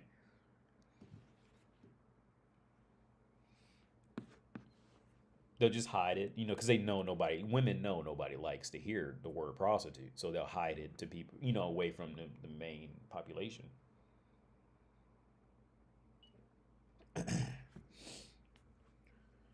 But no, I don't think you're behind in life. If anything, I think this is a golden opportunity to jump tenfold in life. If you found one you can seriously sit down and talk to, you can hang out with on some type of level, right? I think this is a great opportunity to get a ton of information, and I think this is a great educational opportunity, in my opinion. I think every man should deal with it. I think every man should at least. I think what would really help out a lot of men on Earth, especially a lot of these guys who are like, really struggling with loneliness and all this. I think a big thing that would really help is maybe I should start doing this. Maybe I should try that and watch somebody do it now. If I say it out loud, I'm gonna start like a chat line with like hookers, and I ain't even have to be sexual. Just like if you want to ask a woman a question, ask her a question, right? like ask her any question you want to ask her. Right. And just hear, and just to have that contact, that relatively speaking intellectual contact with a woman, right? And it'd be like, but it would classify as sex work, but because there's a lot of people going to ask questions about sex, but just have that person to talk to. Because here's the thing, a lot of men don't really understand how strong their belief system is within themselves, because every man's gonna see themselves as weak. Like I've done it when I was younger. Every man, like since we're ourselves, we see ourselves as nothing, right? But when really we're everything in the world. But the thing is, like it's all such a silly game when it comes to women and the realities of why women do anything and all. It's all just enormously just a silly game. It really is. And here's how sad here's how silly it gets. Is the only ones you'll ever actually hear like talk on on these social media sites about what women do and all this shit like that. By the time women are actually talking, they're burnt, they're completely used up. See, remember I did the video about Brie Olsen or like Mia Khalifa?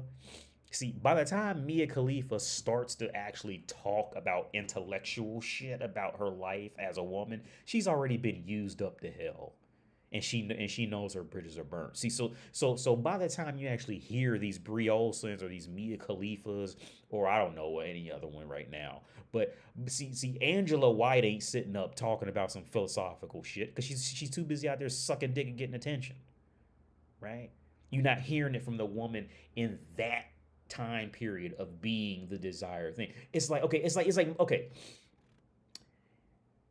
What always annoys me is when I see these fucking Monica Lewinskys or somebody like, maybe not necessarily a Monica Lewinsky, but let's say like a person who like used to be famous for whatever reason, and now they going around and holding these meetings to say like, hi, yes, I was Cisco. I used to be a hot singer in the early 2000s. Come take my lessons and come to a meeting. It's $75. Come get my opinion on shit.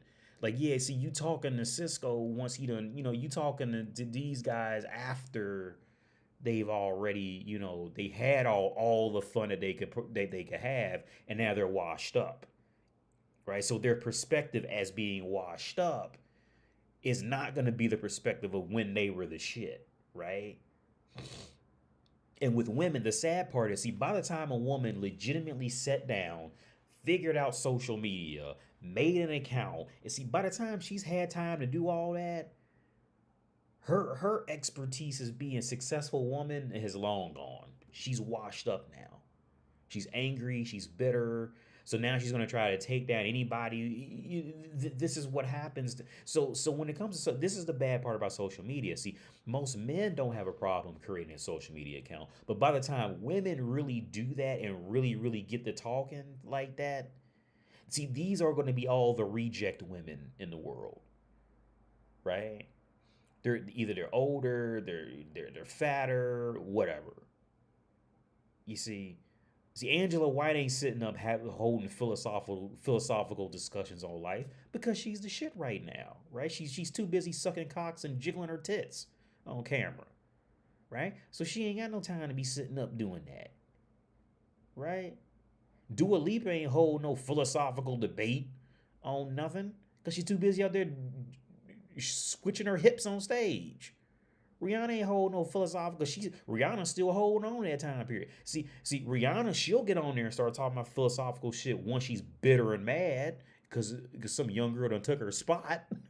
Now you'll see Rihanna. Well, yes, I was an honorary doctor's degree. That's when all that shit comes out. And I think it's fucking up a lot of men. I think it's fucking with a lot of men because men want to hear from women. Well, where's the best way to hear from women? It's through social media. But what women are actually going to be talking about anything serious on social media? It's going to be the washed up women. It's going to be the women who are bitter and mad at the world. Or they're looking for a man. One of the two.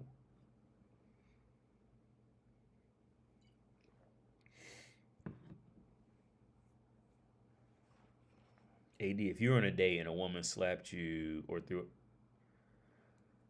okay. On that, I say this, man. I think, okay. First, I say this. I don't think a woman would do something like that. Not because I beat her up or something like that, but just because of how I am and just how I am. I don't think a woman. I don't think it would ever. I don't think a woman would ever do that. But let's say a woman did do that. Um, I have no idea what I might do. I don't know what. I don't know what I would do. I don't know. I don't know. I might snap and just punch her in the fucking face, or I might just walk away. I don't know. I don't know. But I will say this. I don't think a woman would ever even do that just because of how she would get mad and run away, but she's not gonna hit. No. I remember one time my ex-wife, we were in my car, and I didn't know how to get somewhere, and I brought up Google Maps on my phone and put it like on a dash, right?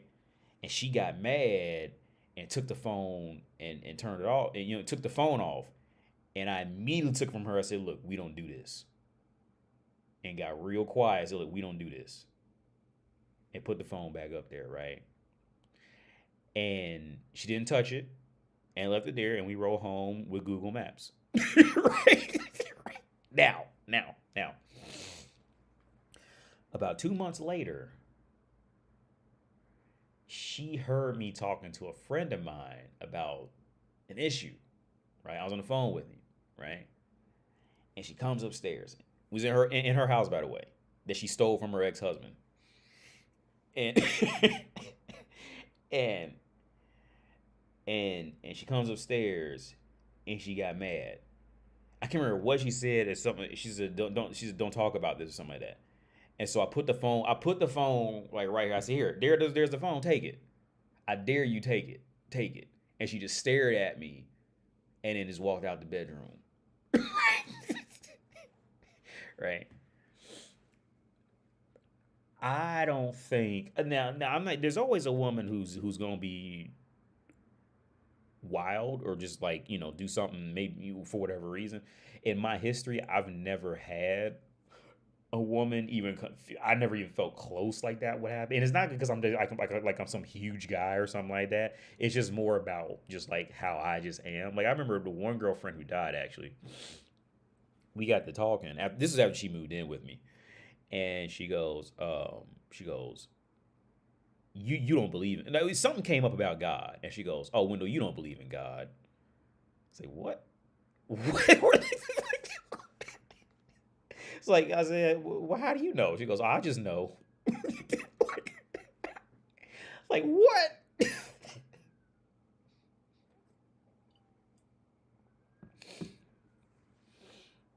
But yeah, to answer your question now, see, I don't know what I would do. I don't know. I have no idea because it's never thing. Like I said,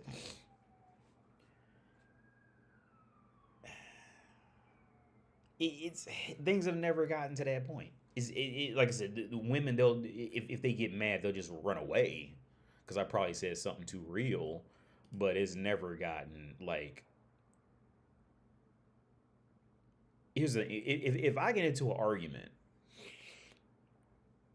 it's going to get to just a core factor of whether you can have a counter argument or you just don't have a counter argument, right? And I think the fact that it gets so focused on more like intellectual, like I think that kind of like diffuses the physical side of it. I don't know. I don't know. What's up, Charlie Guns? What's Javi? What's up, Javi? Facts, AD. It's how women keep simps on a leash. Women know simps belief systems of thinking women being kind, loving, having morals, being yeah, being impressed is very strong. You can't tell them nothing. Yeah, yeah, yeah,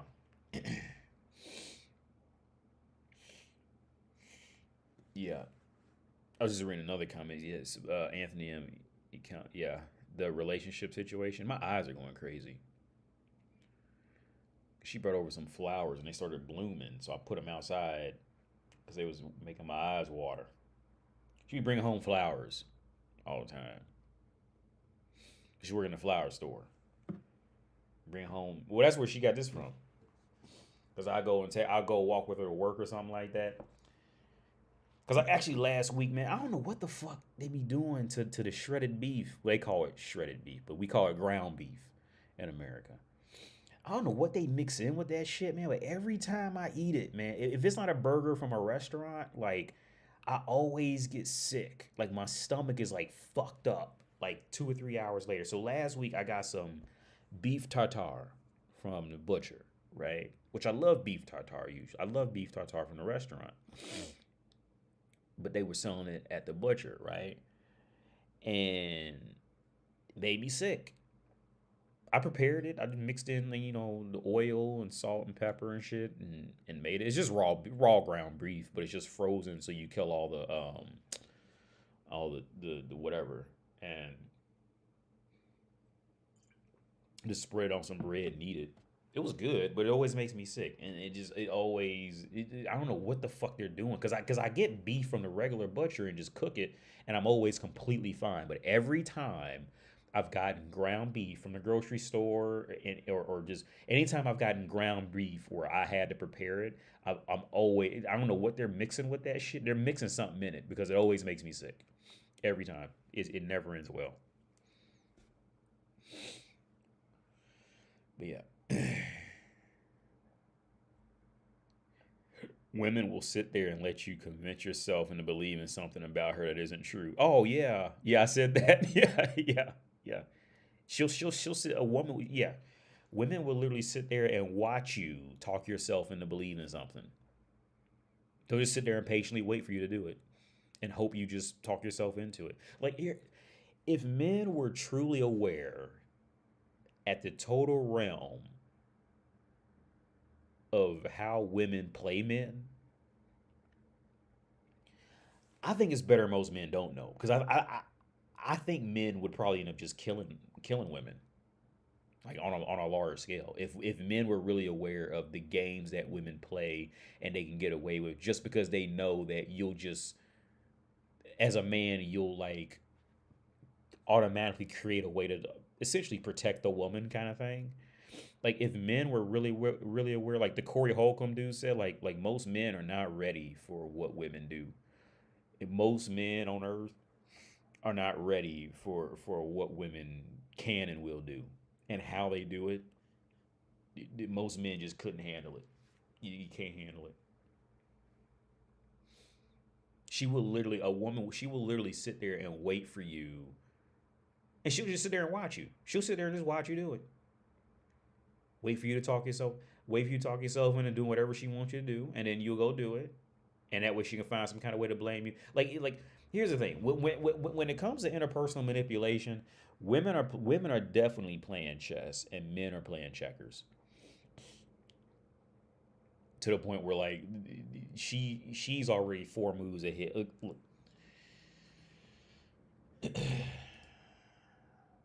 Look, let's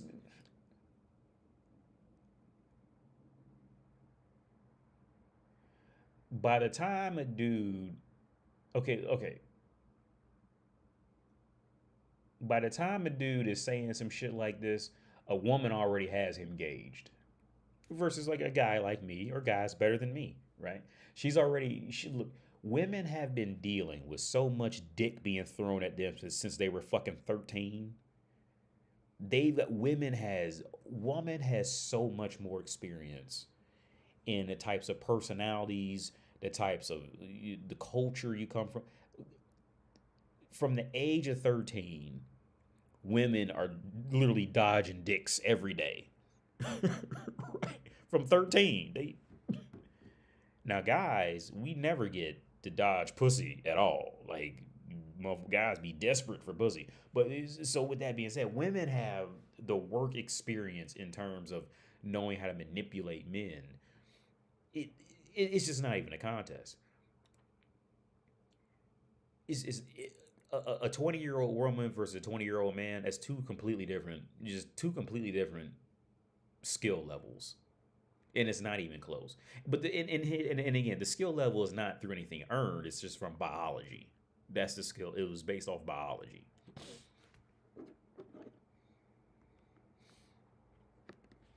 But yeah, I'm gonna get out of here because it's getting late, and my eyes are starting to water too bad. So I can't even read the comments right now because it's too small on my screen. But yeah, I'm gonna get out of here. Y'all have a good day, evening, night. It's going on 10. It's 9:58 here now.